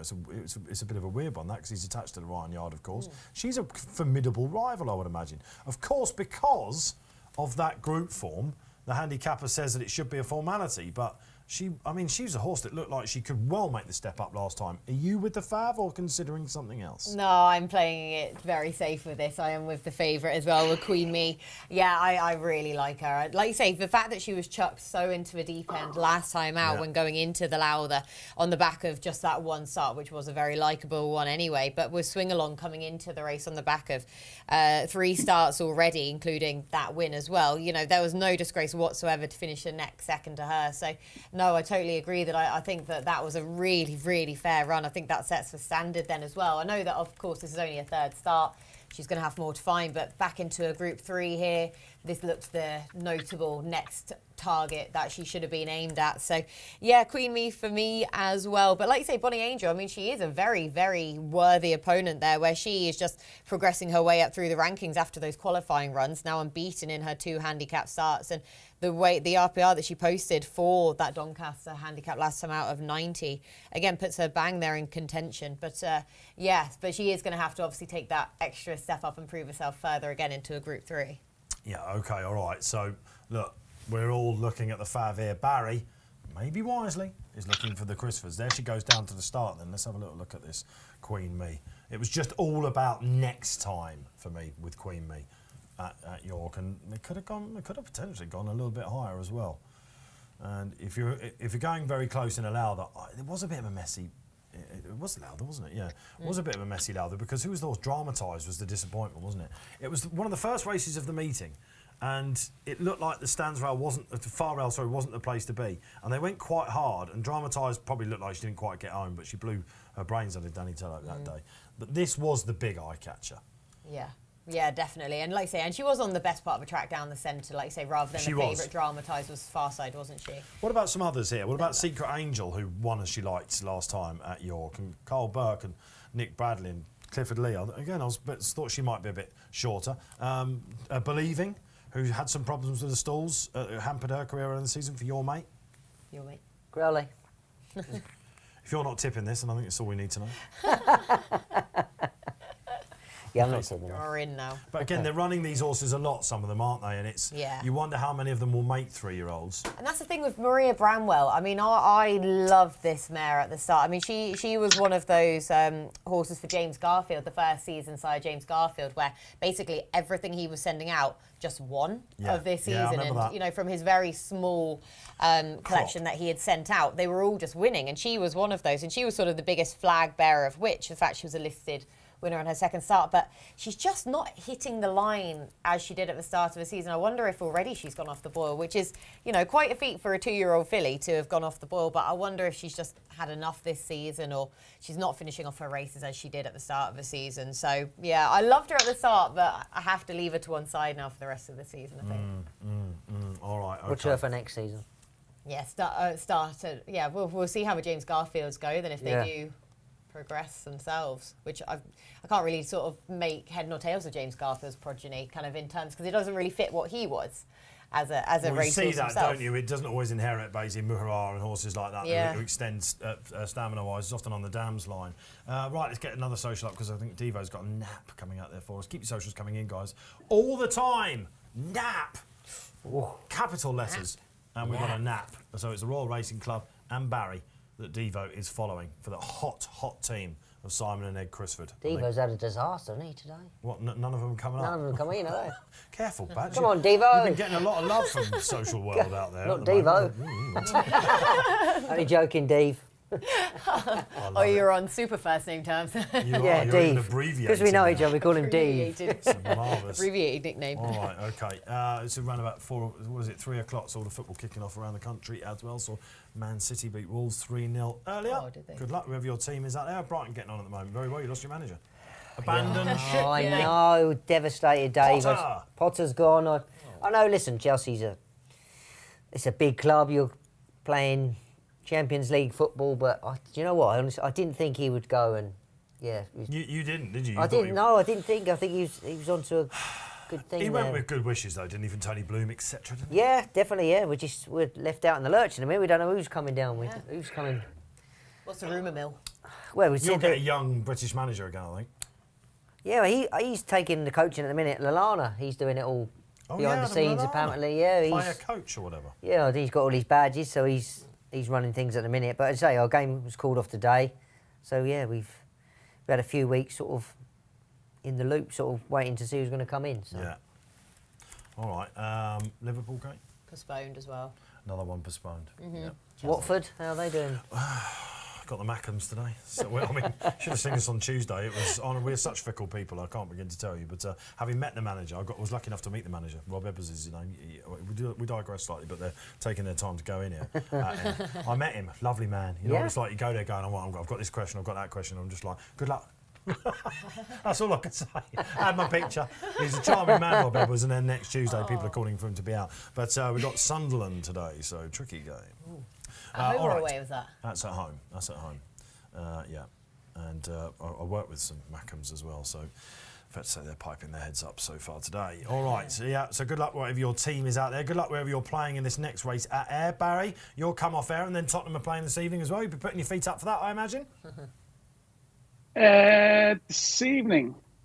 Yes, they're playing Leicester, aren't they? It's all yes, going wrong I'll be at watching Leicester, that. isn't it? Yeah, I'll have a bit of that. Yeah, Leicester are useless. I'll be very disappointed if we don't at least beat them 3-0. Cutting today. We're not holding back, are we? We'll have a They bit of are. time They're the off. worst team in the Premier League. Yeah, they've got a terrible situation going on there. We Rodgers gave doesn't him a wanna football be- lesson the other day, Barry. You did. Yeah. Rodgers doesn't want to be there. They don't want Rodgers. They can't afford to let him go. All that sort of thing. And they've had terrible injuries and We'll have him. sold their keeper. We'll have So him. if you're a Leicester fan out there, commiserations. It will get better, but 1 Poor point. Mattie. Yeah. All right. So Barry's expecting 3 points. I don't think we can say that. Okay, where are we? Any more socials out there, guys? Let's. Who's this going in? Looks like a barefoot horse. They're usually called barefoot, these horses, aren't they? Barefoot Angel. Richard Fahey, again, a once race winner. Will we see some more superstar quality then? How excited were you about Sakir? Whoosh! That was good, wasn't it? Was it the best of Rogers 4? Has he got anything in the nest? He probably has, hasn't he? I mean, just back Crowley, said Devo. Quite right, too. Oh, no, it wasn't. It was Joe Holden, wasn't it, that said that, of course. In she goes, Very then in. Queen Me. They're in. Finally. We're finally in. We go for the 325, and I'm really probably my most anticipated race of the day, believe it or not, the 325 at Newbury. We've got Me too. future group horses in there. Cannot wait for that. Yeah, my nap runs in that, Dave. Teasing us all the way. We shall find out very shortly after this. All right then. If you've napped Queen Me, if you've napped all the time, like Devo out there, very good. Maria Bramwell goes in. Tiny Maria Bramwell. Queen Me would be a nap winner, would it, with the name? Yeah, I was going to Yes, say. absolutely. That's why extra Yes, support indeed. today. Yeah. You would have thought in the I'd say market. they're strongly fancier now then. All right, then off we go. And yeah, all the way, very lovely. Believing is the one that usually can break, but can miss it, but she's got it. And our favourite, interestingly, is pretty much doing the donkey work at the moment because there's not that much pace on for an early 2-year-old race. Bonnie Angel, who made most of the running at Doncaster last time, takes the lead this time from Secret Angel on the far side. Maria Bramwell up there all the time as well. Looking for some of the others. What's this on the near side? Carmela as well for Dave Lovenane. Kate, anything catching the eye halfway? No, not really catching the eye as such. I mean, I'm happy with the favourite. She's just sort of on the bridle, really not overly exerted herself. Maria Bramwell spat the dummy out very fast there. And Bonnie Angel actually looked a bit green That in was the all early the time. stages. Yeah, and look, I'll tell you what, there's one called Marine Wave under Oshinar who's got a target on the favourite's back. Has she left it too late? On the far side, we've got Poetic Union coming as well. But the favourite is there. It's hers to lose at the moment. It looks like Secret Angel. once again, don't know when they go a Believing's bit coming. weak. Queenie. Secret Angel, the Come on, York winner. Queenie. Minna Homer's there as well. Believing trying to come over coming the down top. this side. There's a blanket finish here, Oh, what's guys. this? And it's the Barefoot. The Barefoot. It's the Barefoot Richard Angel. Fahey There he winner. is. Okay, coming through. Yeah, game there over. he Queen is. Me, only third by Believing. She had Oh. she Down filled the a centre. lunch. She Believing got right now. outpaced. Like Hala Hala of Marnie in the same colours. It was Hala Hala. ding ding round 2. She was too green to do herself justice, having done that donkey work. My goodness gracious me. Didn't spot this one in the run, Barry.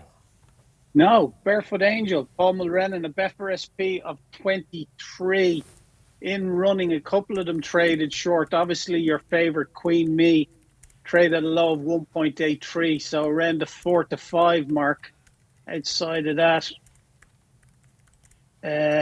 what else had we got there? Secret Angel, that traded at a low of evens, 2.04 around Secret Angel. Believing, who was running on when the race was over, that traded at a low of 2.02 as well in running, even money. There you go.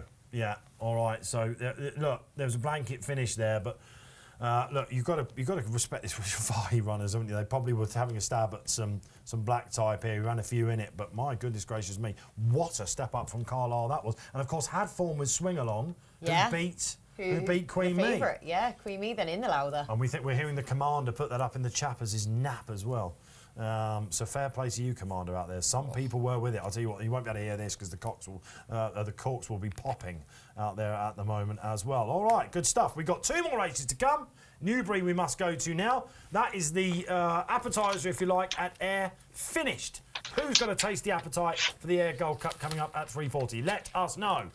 You can see that Betfair Saturday offer. Not too late, of course, to have your multiples in as well. Barefoot Angel then comes over the top, beats them under Paul Mulrennan. Who's Paul Mulrennan got in the big one? I am asking myself. I should know this. Let me find out. Well, we get the market up for the next. He's got Sir Dance-A-Lot. Very good. Oh, the old boy. Yeah. Sir Dance-A-Lot. Who's he with now, Sir Dance-A-Lot? Is he John Butler? John Butler, Yeah, he yeah. is. Blimey. Hey, well, he's a big price, isn't he? Massive price. He came to form earlier in the year, didn't he? Sir Dance-A-Lot. So jockeys on doubles and trebles all over the place. But we must move back to Newbury. The first thing you're asking yourself is, has Roger Varian got a runner? Has David Egan got a runner? Now, David Egan is on one here, but not Ian for Williams. the boss. One for the gutter, who Graham Rodway put up when we were previewing this race in the week. Barry, take the floor then, man. It's nap time. Yeah, Warren Point, your favourite at 3.65, 6.8 Hamakai, 7.8 Ottoman Fleet. C Casper is 9.6 and it's 12.5 Bar Dem. Dave, I can't get away from Warren Point here. I know he's 11 to 4 favourite, but I think he's going to take a lot of beating here. He's won 3 of his 4 races. The only time he was beat was in a 3-runner race over 1.5 miles in Ascot. In Goodwood last day, he was drawn 6. He was dropped out. He was last for most of the trip.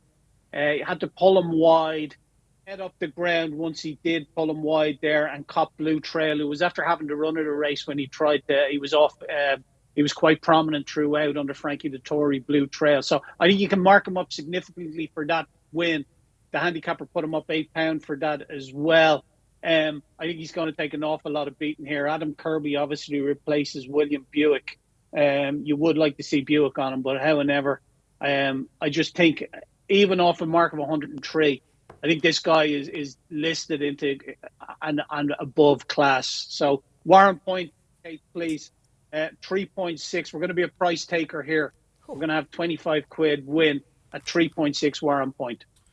Okay, you love this chap. I'm trying to get my words out there. Yeah, I really do. I like this horse. Yeah, put him up in Goodwood when he won, and like if you go back and look at that race, Dave, he's didn't get the run of that race at all, and gets up and wins when he probably had no business doing so.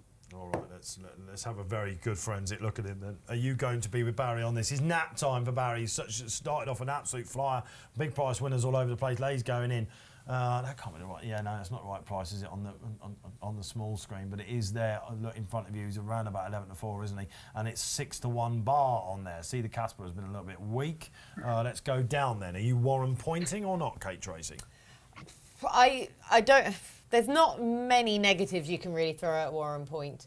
Potentially his keen traits coming out again, but back at 10 furlongs, again, should really help him just settle that bit better. So there's not really too much I could say about him. And Barry may well be right that he might well prove to be listed caliber and above then going forward. So he can defy a mark of 103. But like I say, I'm just sort of price perspective, letting that dictate me. And Hamaki is a horse who I really like as well. Again, he's a horse here bidding for a hat-trick. And he just really improved, didn't he, from last season, for getting that gelding operation, getting the wind operation as well. And those 2 successes, the first of which in the penultimate start over this trip of 10. And then last time out, he proved himself on a different surface, up in trip as well, where he really was sent to go and win his race in good style, on the right part of the track, admittedly.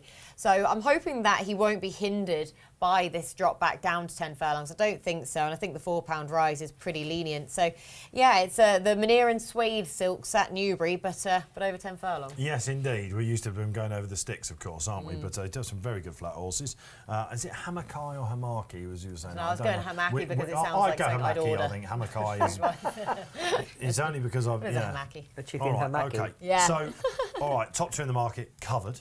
All right, Warren Point. Now, I don't know. I can see holding this. He's out £8. You've got to believe in the horse like Barry does if you're backing him at this price. Adam Kirby gets on. William Buick, of course, gone to Canada tonight, and James Doyle's on the sidelines, I think, isn't he? So, Adam Kirby, the recipient of this ride, he's up £8. Nothing from that race has come out and won since. So, just he's got to have been a winner despite everything going on for him in that race. And historically in this race, it's hard to defy a mark like this, I believe. It is.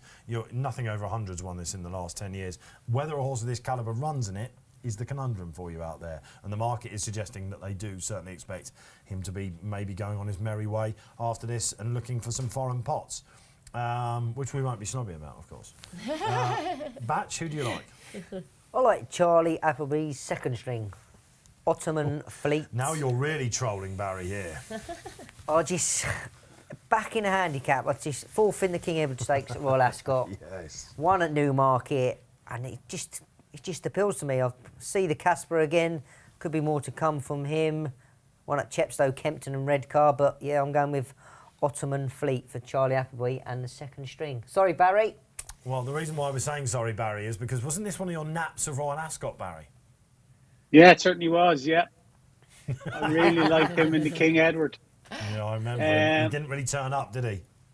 Yeah, well, he mightn't have got the 1.5 miles that day either, he was quite keen early on. So, yeah, This is one of those I've been potential on that egg-on ship. faces, yeah. This is one of those because of course he's gone off everyone's radar 92 days ago. That was, and he's one of these, isn't it? It's one of these Roger Varian horses that comes up with the duck eggs next to his name. You see, he's been gelding. It turns out he's supposed to be running group races, and he goes and absolutely. You see, I forgot about that one. So Barry, are you going to have a little saver on him personally? Or he's big enough to do, isn't he, in the market? But I'm not going to. No, I think Applebee's will have these well sorted out by now. Yeah, all right, fair enough. Okay, all right, let's get some more selections in. I thought this is the excellent Kevin Morley in his trends column, as I always say. This is a really strong trend race, this. Hamaki was one of 2 on the trends that I got. The other, and he was a big prize, he's going back out to a big prize now, was See the Casper. Harry Burns, red hot Harry Burns. Has been riding loads of winners for Simon and Ed Crisford. A single figure draw is important in this. The market seems to know that, however, because the top 4 in the market all are single figure draws. So around that bend, you want to save some ground. He was a winner, of course, on the all-weather last time, and needs to step up on that form. But I don't know, we gave him, a Sarsi. I'm going to say that. A Sarsi? Was that not? Yeah, that's how you pronounce it, isn't it? Was a horse that had York form coming in, and he saw him off, giving him weight. So I was really quite impressed with that. He's got form with First Ruler at Ascot, as we know about. Ran really well in that Lavazza handicap, the last show that we did. And before that, beat a horse called Agero at Chepstow. We all know what Agero's gone on and done. Yes, he was getting weight from him, but one for the gutter I can see, I have to say. So, but it's, at the moment, we've gone, tell you what, we're shrewdies here. We've gone Warren Point. That's for Barry. We've got Hamaki, second favourite for Kate. We've got Ottoman Fleet, you guessed it, third favourite. And who's 4th favourite? Cedar Casper. Marching Army, would you give that a chance, Dave? So I'm now looking down to see which of the outsiders I'm going to back. Marching Army, yeah, again, big price, isn't he? Probably because he's a 4-year-old and he wears a visor, but he beat a horse called Commonsensical last time of the Palmers. And, yeah, again, it looked like one of those, wasn't it? You're scratching your head and saying, why is he such a big price, I suppose? Yeah, another one. Majestic is a horse that's maybe at a lower level, been showing his mettle. Special Envoy's a big price, isn't he, for the Gosdens? He was another one that I only just crossed off at the last minute. Tom Marquand, well, some big price horses today. And David Egan, I suppose the 20s about one for the gutter has been cut in half mainly because he's on a 5-timer, Barry Shortley. Yeah. One for the gutter is 12.5 now in the exchange, Dave. Warren Point's the same price, 3.65. 7-8 Hamakai, 8 Ottoman Fleet, 8.2 Cedar Casper. That's coming in for some support with Harry Burns. Cedar Casper. Yeah. Okay, all right, Cedar Casper. Yeah, well, that's the one I like. And I think, this is you probably need a group horse to win this. It used to be a precursor for the Cambridgeshire, despite the fact it was only a week or two before. It's a week this year. I remember Luca Kamani winning it for a very good horse a couple of years ago. It's just very good prize money here, basically. He used to farm the race, Kamani. He did. What was the horse that he won that used to win in one of his best horses in recent years as well? Let's get some socials up there while we try and remember Monte Alto. No, it was it was a really talented horse. I remember he won in Maiden. No. Presvith. Finglass West comes back and says Majestic each way. Well, if you've been back in Majestic each way, I imagine the last 5 times, Finglass, you've not been going too far wrong. Good luck with that. Shannon at his local track. Commander off a hot one. How is Soto Sizzler this price? Running as well as he is at the moment. Small each way for me. Medals for backing him. What is it? Unless he's at Epsom, he doesn't win, does he? I don't think. No, Epsom's his track. Yeah, no, you couldn't have him at all. Yeah, okay, all right. So we're going to keep building up your Gold Cup socials, by the way, guys. The guys in the studio are building them as we go. Warren Point, single, and Kanjar single. And the double. Kanjar, of course, the hot favourite for our final race coming up in around about 20 minutes' time, if they get them off on time. Andy Sim, or one of our regulars. We love you, Andy, and good luck with Warren Point out there. Keeping it simple. Barry, we've all spoken. Warren Point, not going to be under 2-1 in this, is he? Surely no. 5-2 at the moment. Yeah, that's his price. That's correct for him at around that mark, around 5-2, 3.5. Amakai comes in for a little support, 7.4. Ottoman Fleet, 7.8. 8.8 Cedar Casper. No real money for anything outside of that, Dave. Sure. Stay well. Is he an interesting proposition for connections that had Stay Alert? Yeah, I was giving that a second look, just sort of thinking, did we not... On the colours. Yeah. I wonder what... Hugh Morrison and Kingscote again there. It's interesting that David Egan's not riding that, isn't it? Would that be a weight thing? Surely not if Richard Kingscote's on it. No, 9.4. David would be fine on that. Couldn't do it again, could he? Egan. This would be ridiculous, wouldn't it? But why is he not on Staywell? Maybe I don't know. Maybe he's... Staywell looked good and then, of course, went to Royal Ascot. Well, again, this is a bit of an Ottoman Fleet angle, isn't it? In that he's, running really, very well. He's dropped him £1 from that. And if a horse doesn't turn up at Royal Ascot and then they're given a break, it suggests something wasn't right. Probably been waiting for the ground as well. Stall 9, Richard Kingscote on. All right, so it shows you the strength in depth here. I thought Special Envoy would be shorter than this. If I was going to give you one at double figures, it would be him, I think. A Marching Army for you, Batch, of the Biggies? Yeah, the Big E's, Marching Army. We've not mentioned Groundbreaker. Who's drawn in 13 under Cresta, of course, wasn't it, last time for Groundbreaker. Tongue tie on as well, could be a bit illicit, a bit of improvement out there as well. Very sorry to hear the passing of Henry Ponsonby this week, though. Yes, those famous colours. Who Dares wins. It's only 74, Henry, as well, very sad. They've had Royal Ascot winners, Cheltenham winners.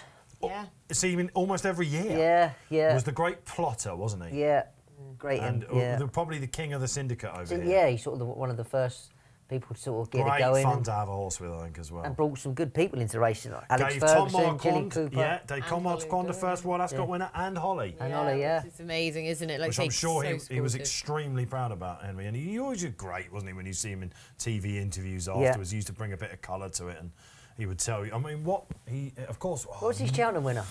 Well, he's had quite a few. I mean, Who Dares wins in recent years was a very, very good horse for him. HMS President, hopefully, would have enjoyed that going close at Doncaster at the weekend. HMS President is just a character in his own right. Prize money off the charts. What was the horse that beat Frankel famously in the Gallop? Something Mohican. Was it First Mohican? First Mohican. He famously, but I knew someone that was involved with Henry in that syndicate, and they drank in my local, and they came back on a random Tuesday. They came in buzzing, saying, "We have got the next best thing."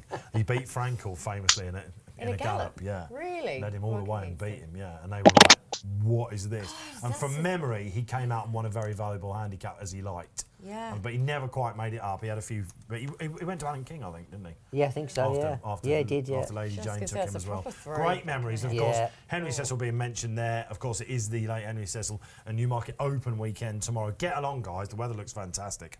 If you've not got much on tomorrow, loads of football cancelled and all that sort of stuff. Get along. Be able to see all Roger Varian's stars, all of them really. Talking to Roger Varian, possible actually. He's now changing his mind about Mick Bahi, we're being told. The Abbey has been mentioned. Just the sort of horse that could go to the Abbey. Yeah. There's Champions Day as well. So it just shows you what they think they've got. He's probably spoken to David, hasn't he, and said that we can step up. Sakir quotes, who'd like that? Yes. He looks good, doesn't he, says Roger. Work has always been very good. We thought he'd win first time out at Windsor, so the filly meeting must be very good or very green. You never know what you're getting up in these group races. The Middle Park is only next week, so let's not rule anything in or out. That suggests they'd love to go. And they know they've got probably only one chance, isn't there, for a horse like this. He's got size and scope. He looks like a horse that would train on. Very exciting. He's won over 6, but we think he'll get 7 and maybe a mile. He's relaxing well. We'll enjoy him. And it's hard to imagine I've got a better 2-year-old. You could see that. He did settle well in that race. Yeah, he really did. Yeah. He's almost like the perfect racehorse, and he can win over 6, 7. The perfect and a racehorse, mile. It's that. Yeah. Yeah, fair enough. And if he gets a lead for a bit longer as well, just because he's Something quick. to tow him into it. Like I say, the turn of foot he showed, and he was just on the bridle. He set more settled than he was last time out when he won, where he kind of thought, he's going to be undone by his keenness, and he wasn't. And he settled better here again. So there's even that room for improvement, isn't there? That's it. And if he can switch off over a mile, the turn of foot he's going to show over a mile will be frightening if he can. You can stretch out to that next season. I suppose they'll see how this week's brings, see how he is in himself, and as you say, he doesn't. He gave him a couple of taps, but it was just to sort of get on with the job, and he's done it easy, and he So easy. be tempted. Here we go, we're nearly off at Newbury. Here we go. Exciting times. They are indeed away. Soto Sizzler for the Commander. Now that's cockiness, Commander, isn't it? Trying to knock it out the park with him. He's out the back. Special Envoy wasn't great away. See, the Casper's going to take a proper lead. He's got 6 in front of him at the moment. Always with these Godolphin hats, you need to look down who's doing it. But it looks Ottoman like White, Majestic Warren Point Army Red. is the hare, isn't he? Hamaki. You've got to be. Come on, Kate. This is the one. Hamaki, surely. This is the one, Hamaki. He's a little bit Surely. keen in third, but he's got the box seat at the minute. Warren Point, Barry's going to be happy with him because he's sitting in fourth on the inside. Oh, not another run like Stay Alert, please. One for the gutter, David Egan. Could he?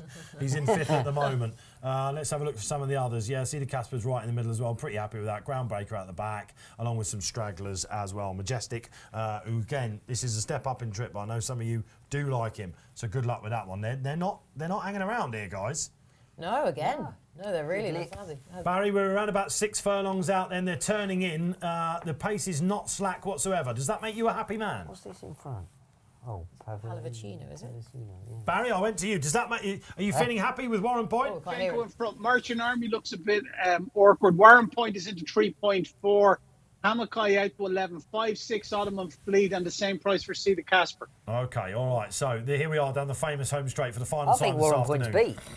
Warren He's Point under is just pressure shaking the there. reins. Yeah, you saw him. He Yeah, did. to the one in I front. think he's all right. Palavicino's still tanking away. A lot of these 3-year-olds will be taken out of comfort zones here. It's definitely happened with Cedar Casper. He's well beat. Groundbreaker too far out of his ground. If they let this one slip, Warren Point is now starting to struggle a bit. Come on, Dobbsy. I'll tell you what, it might just be Kate Tracey and Majestic's coming down the Come right. on, Dobbsy. Here they come. They're closing. Go on, Dobbsy. No, Mattie Batchelor. Go on, Dobbsy. Oh, Barry, turn away, Barry. Turn away, Barry. This is what you expect Go from on. an ascot. He's not done, though, because the blue cap is flying. What's this marching army? This is the other one you coming said, back Batch. again. Your big price selection's going to gub you. It has happened. They came too late, but too fast. 2-3. Godolphin 1, 2, 3 2-4. it is. Absolutely not in the market order. No. The outsider beats the second string. And indeed, Warren Point just had to roll around and think about it a little bit, didn't he? Only in third. Barry Orr. Marching Army hit a high of 990 in running day. Really awkward. Did you see him? He was on the inside rail. He was lugging his head out when Palafichenko went on. That was Please, Jeff. that was what really messed up the race, I think, because Pavlichenko is a front runner. They took each other on, didn't they, up front? And How on earth has he won that? He hit a low 1.11. So 9's on for Ottoman Fleet. Saeed But, bin Sarur. Syed bin Sarur, yeah. And of course, he came good at Yarmouth last time. I remember him at Kempton last year. He won a couple of good races, beating Henry Ponsonby also in one of them actually. Only small stuff done at 9.90. 500. There was around £2.50 matched. There's a couple. Around the 500 mark. There's a couple of eye catchers in there, notably Stay Well. Yeah, I was going to say Stay Well was definitely the eye catcher from in behind, wasn't it, in Well, those he's well colours again named, for isn't he? Hughie Morrison. Yeah, it literally was staying on very, very well in the finish, which made sense really, given the fact he was a dual mile 4 winner of last season, so to 10 furlongs, staying on very well in the finish. But yeah, the visor doing the work in the Oracle again, wasn't it, for Marching Arm? You could see, as Barry said, you could see why he wears it when he was still having a think about it and still having a bit of a roll around. But there was no doubting his resolve in the finish then when he had the company from his own owner mate. No, and you know what? I think see the Casper just experience. He's running on again, having looked like he had absolutely no chance whatsoever. And some of those sort of like, I don't know, Ottoman Fleet, probably the one of the three. Obviously, he's led 3 years on, but he's back on track, isn't he? Might have just needed that. Warren Point, what do you make of him then, Batch? Do you think he was a bit further now? He looks there. He's doing all his best work at the end, and do you know? I thought You don't think I so, don't Barry? think he wants further. No, he doesn't want further. No. I don't know. I don't think so. I might be with that. Look at the commander. He says, "Blimey!" So indeed, massive price matched on the exchanges then. And you did mention it, Batch, beforehand. You said, "Why is he such a big price?" And I couldn't really. I don't know. It's because the 3-year-olds look like they might have a bit more scope with their handicap marks. But no, a Godolphin 1, 2, 3 then. Our final race of the afternoon at Newbury here on Racing Post Live. Right, there is your whopping Betfair SB. Godolphin, clean up, said Finglass West. I can't remember if anyone was on that out there. I don't think anyone actually had it, did they? Did anyone pick it up in the run? Be honest. Let us know. It was a messy old race, that, because front runner went clear. A lot of horses taken out of their comfort zone. Do we trust the form going forward? We'll see. All right, then. It's time for the biggie. And the first question I've got to ask you, Barry Orr, what price is the Shadwell Kanjar? 6.2 now, Dave, on the Betfair Exchange. Kanjar, obviously on the sportsbook, 6 places here as well to each way backers. But Kanjar has been bet at a low of 4.9, out to 6.2, 5 to 1, little over 5 to 1. Looks about right. 12.5 Mr. Wagyu, 13.5 Comanche Falls. Summerhand is 16.5, 5,000 and to 1 is 16.5. The Elsa 18.5 now. That's a big drifter. 19 the Dream, Postmaster 19, 21 Alays Dancer, 22 Escobar, 28 Bar. Whole host of horses in here with chances, Dave, as you can imagine. The horse I like in it though is Bielsa. Won the race last year. Obviously, ploughed a lone furrow up the stand side by himself. I backed it last year. He's only a pound lower. He's been running in good company. He's won 3 of his 4. He's a horse that obviously back into the handicap, and I think this race has been the plan for a very, very long time for them, if the truth be told. So, drawn 17 as well. He's definitely going to gravitate towards the stand side. Whether a lot of them join him or not remains to be seen. But I don't think he has to race alone like he did last year. He wouldn't mind a bit of company, I'm sure. So, Kate, we're going to back him here. He's 18. We're going to back him 25 quid in the win at 18. We're going to be a price taker there, and we're going to look at the 6th place market then on the exchange where he's about 2 to 1 or 9 to 4. We're going to have 25 quid there as well. 6 places. Okay, there we go. 25 quid. You can bet down to 7 places on the exchange. We're going to take 6 places. He's around a 2 to 1 chance. We're going to be a price taker there and have 25 quid on him. Bielsa then, no longer at Leeds, but a talented individual like his namesake. And it was one of the moments in running commentaries for me last year, because I went, oh, poor Bielsa, last year after a furlong, because there's no way he could possibly win. We're all looking at the far side, and he sweeps on the blind side and takes it out. That was a 5th Ayr Gold Cup for the Ryans. They're going for a 6th.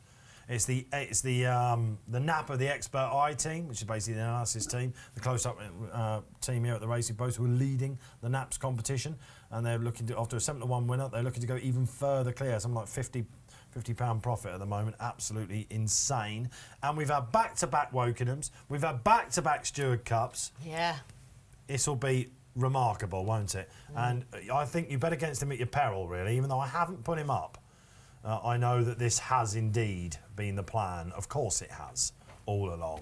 and they were pretty happy when they were able to do their draw. So, all right, Kanjar perhaps not the hot pot we thought he might be. William Haggis, of course, won this 2 years ago with a horse called Nahar, who's in a similar mould, a 3-year-old basically who went off at 7-2 and landed the spoils then. So it can be done.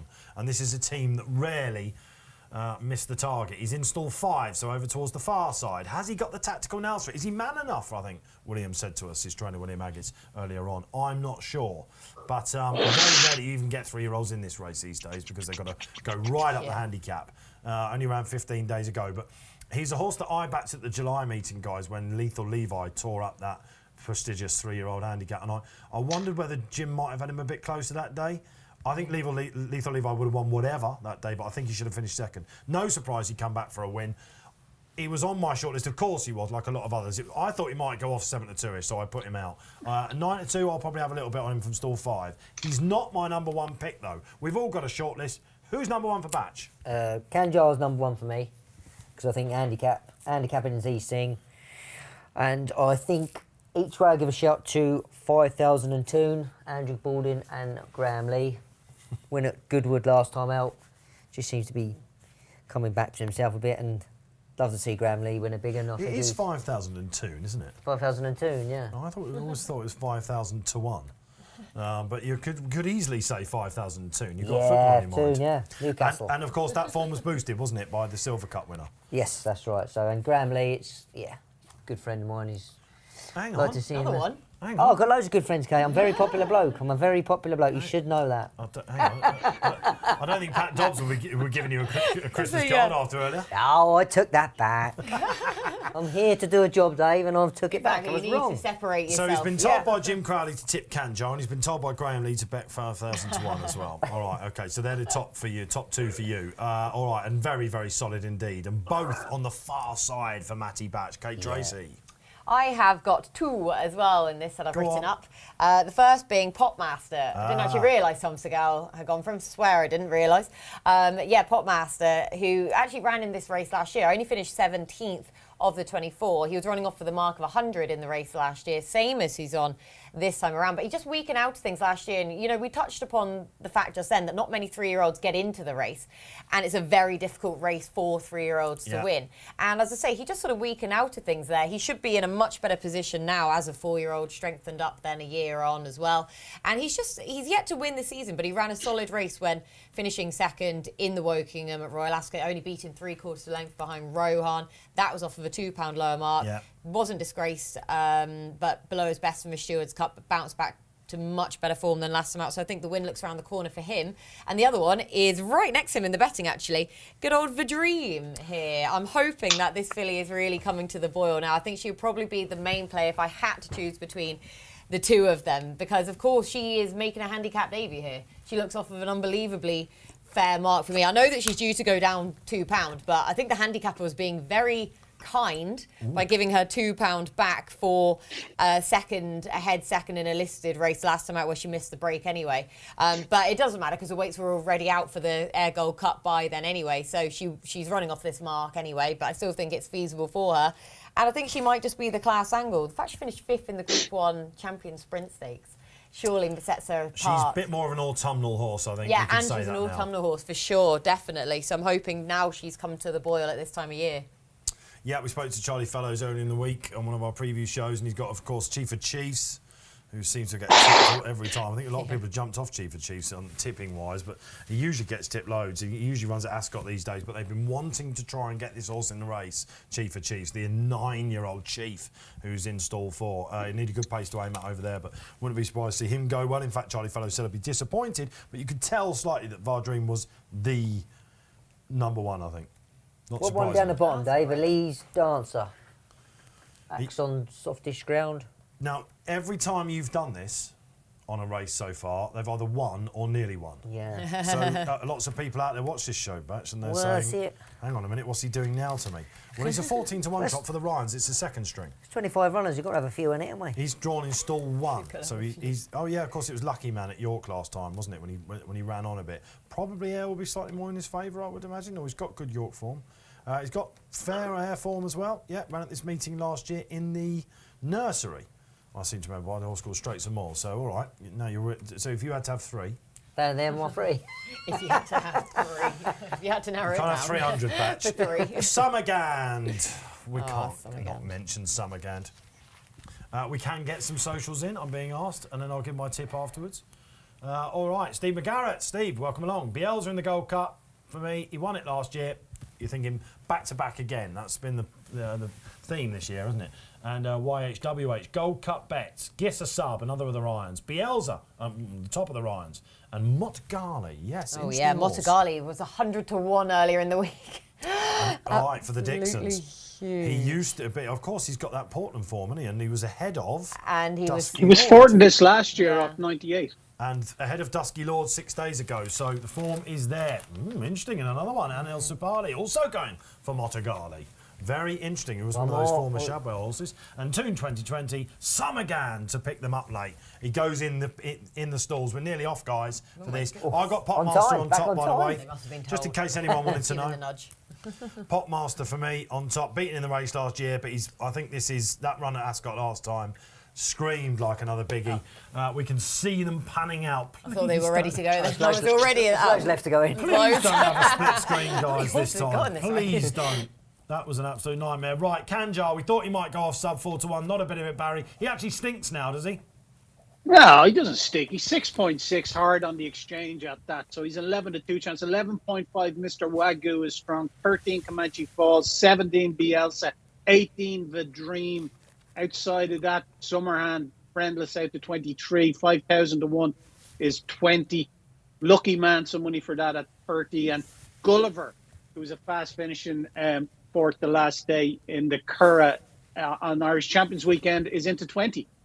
And Comanche Falls, of course. 16, sorry. Is bang there, isn't he? So, look, this is one of those, isn't it? I mean, if you had to have a horse that you're not back that you'd love to see win, surely Gulliver's got to be the one, isn't it? Oh, yeah. Got Chief of Chiefs and Gulliver for me on that front. I think I love documenting as well, but it's rattling fast ground documenting once. Gives us up, worst 50 to 1 shots out there, 100%. So Dance a lot, of course, for Polmar Rennan. Who comes in on the quick air double. This is our final race here this afternoon. It's been an absolute thrill to be with you for 9 races. Along the way, we've had ups and downs, as usual, but some big prize winners. Barry on great form. We'll be back next Saturday. It's Cambridgeshire time, Newmarket. We've got a couple of Group 1s on the mark as well. Will Sakir turn out? Star of the show today, Sakir? Sakir, yeah. David Egan and Sakir? Yeah, definitely. Yeah, apart from myself, Sakir. Apart from Mattie Badge, who gets a long way in the forecast. All right, You here turn we out go. again with a stellar performance in as quick a time. Oh, We've still got the jumps to come as well. All right, let's go. Off and running. No split screen this time, I'm delighted to say. One slightly missed it out the back. I'm tempted to say that was, I think it might have been Pendleton or Kissa Sub. Zarzini wasn't the best away. Okay, just 2 groups here. And Bergerac. Bielsa leads them, does he? Bergerac down on the far Yeah, side. Bielsa. Mr. Wagyu, perhaps unsurprisingly. Now, Potmaster. Potmaster I'm is going alone delighted to see furrow. he's going for that rail. Who's that pinning onto him? Is it Escobar or is it Gulliver? It's Gulliver. Gulliver. Gulliver, I think, has got the back of him, has he? Elise Yeah. Dancer on the far side. Comanche Falls. Kanjar. They're not going to leave it behind. 5,000 to 1. Chief of Chiefs. Kate? Yeah. 2 furlongs out. I'm glad he went to One of the you. pins is going well. I tell you what, this could be far side, I think. Bielsa's still there, but is he on the wrong side? Potmaster doesn't like that rail at all. Going. What a disappointment he is. What's the green on the far side? Is that Tinto on the far side? Tinto. Comanche Admiralty. Falls. Comanche Falls down the middle. Comanche Falls down the middle. We're looking for something flying home. What's this Spence horse? Lucky Man. Of course, the Doncaster winner last time. Comanche I Falls. tell you what, could be Bergerac, could be Comanche Falls. Summerhand. Summergand over the top. He wouldn't, would he? Unbelievable scenes. Summergand goes and does it. I love it. The old boy has done it. Danny Tudhope must have enjoyed that. Every year this here Gold Cup, something comes out of the clouds, and I'm thrilled that he's done it. Of course, he won a couple back, didn't he? But he's caught the eye in every one of those big sprints. He beat Comanche Falls at York 2 back. They then took him to listed company. Barry Orr, has there ever been a bigger friend to this studio? He's unbelievable servant, isn't he? What a horse to own. What a thrill. What a pleasure he must be to his connections. He had a Betfair SP at 25. Your runner-up, Comanche Fall, hit a low in running of just even money. I thought he might have traded shorter than that. I'm trying to just get a rerun of the race here, Dave, to see what else was there. If anything else traded short, I suppose Mr. Wagyu was there for a long time. trade at a low of 3.3, Whoa. which is just 9 to He's 4. last, Barry. Outside of that, Bielsa trade at a low of 4.4. He's still a good. I think he was 4-4-5. Summergan was last at the 2 furlong pole. Yeah. What a horse as an 8-year-old to have a turn of foot like that. I mean, he gets a dream Look at run that. through. Comanche Falls, considering he's got all that weight on his back still, is proper sprint form. Documenting on the near side, 5,000 to 1 has run well. Bielsa's done his best. He probably could have done with slightly softer ground. Juan Lepins is flying. Lucky Man's flying. What's that? Admiral D, the perennial eye catcher, he's there as Bergerac, well. does that? Look at that. Absolutely magnificent. Opened the show, didn't we, Toon 2020? Yes! Love it when a plan comes together, he says. And if you're going to read any quotes in your members club at 6 o'clock or in tomorrow's paper, this has got to be the one, hasn't it? What prize money has he won? Let's just have a look. Ooh, yeah. Oh, 70 odd, best part To of the 80 winner, grand to the yeah, winner. 70. Wow. Absolutely superb stuff. Barry, it's been superb from you today. We end on although we didn't quite get the money in the last, you started strongly. We're in profit today. Well, we will find a charity this week going into next. But if we had to end on one horse to win that we've not tipped, it had to be him. Yeah, it's great to see, isn't it? That's what we love, these sprints. We see these horses coming back year after year, and he's definitely a horse that fits into that category. But it's been a great day racing. Obviously, Roger Varian and young David Egan take the plaudits, and their 2-year-old winner, Checky, looks a very smart prospect indeed. Barry, good luck with Tottenham tonight. You say you're going to pummel Leicester. I expect that to be the case. I shall see you next Saturday, man, for Group 1 action in the Cambridgeshire. Matty Batch starting to get warm up again. That was your improved for the run, I would have thought normally, but no, sterling performance. Sterling. I do try my best, Dave, but yeah, good to be back in. Great to have the Jersey Roar with us. Kate, Tracey. Absolutely super. Right, we've got a social. Yeah, he had to get involved. Legend. Pop the corks. I imagine at Shea Millington it is absolute scenes out there at the moment. It's Bruce's horse, of course. Very. Look, he's got. Oh yeah, we could go on and on and on. We don't have time. Kate, sterling performance. Oh, it was terrible on a tipping front, but I was happy to be here. Right, we were happy to have you, Kate. No, it was We're a going great to see day, quite a lot really of good Kate day. coming Who up took as well. home the trophy, Kate Dave? form. Well, I think it would probably be Barry. Every wouldn't it? Kate, class Barry. is permanent. Oh, Class is thanks, Barry. permanent. Thanks, Barry. There you We'll are, bring it back absolutely. next time. Making sure she comes back to press his buttons, that's for sure. Oh, there we go. There's an image. All right, on a Saturday night. This has been Racing Post Live. I've been Dave Orton. Have a great weekend, guys.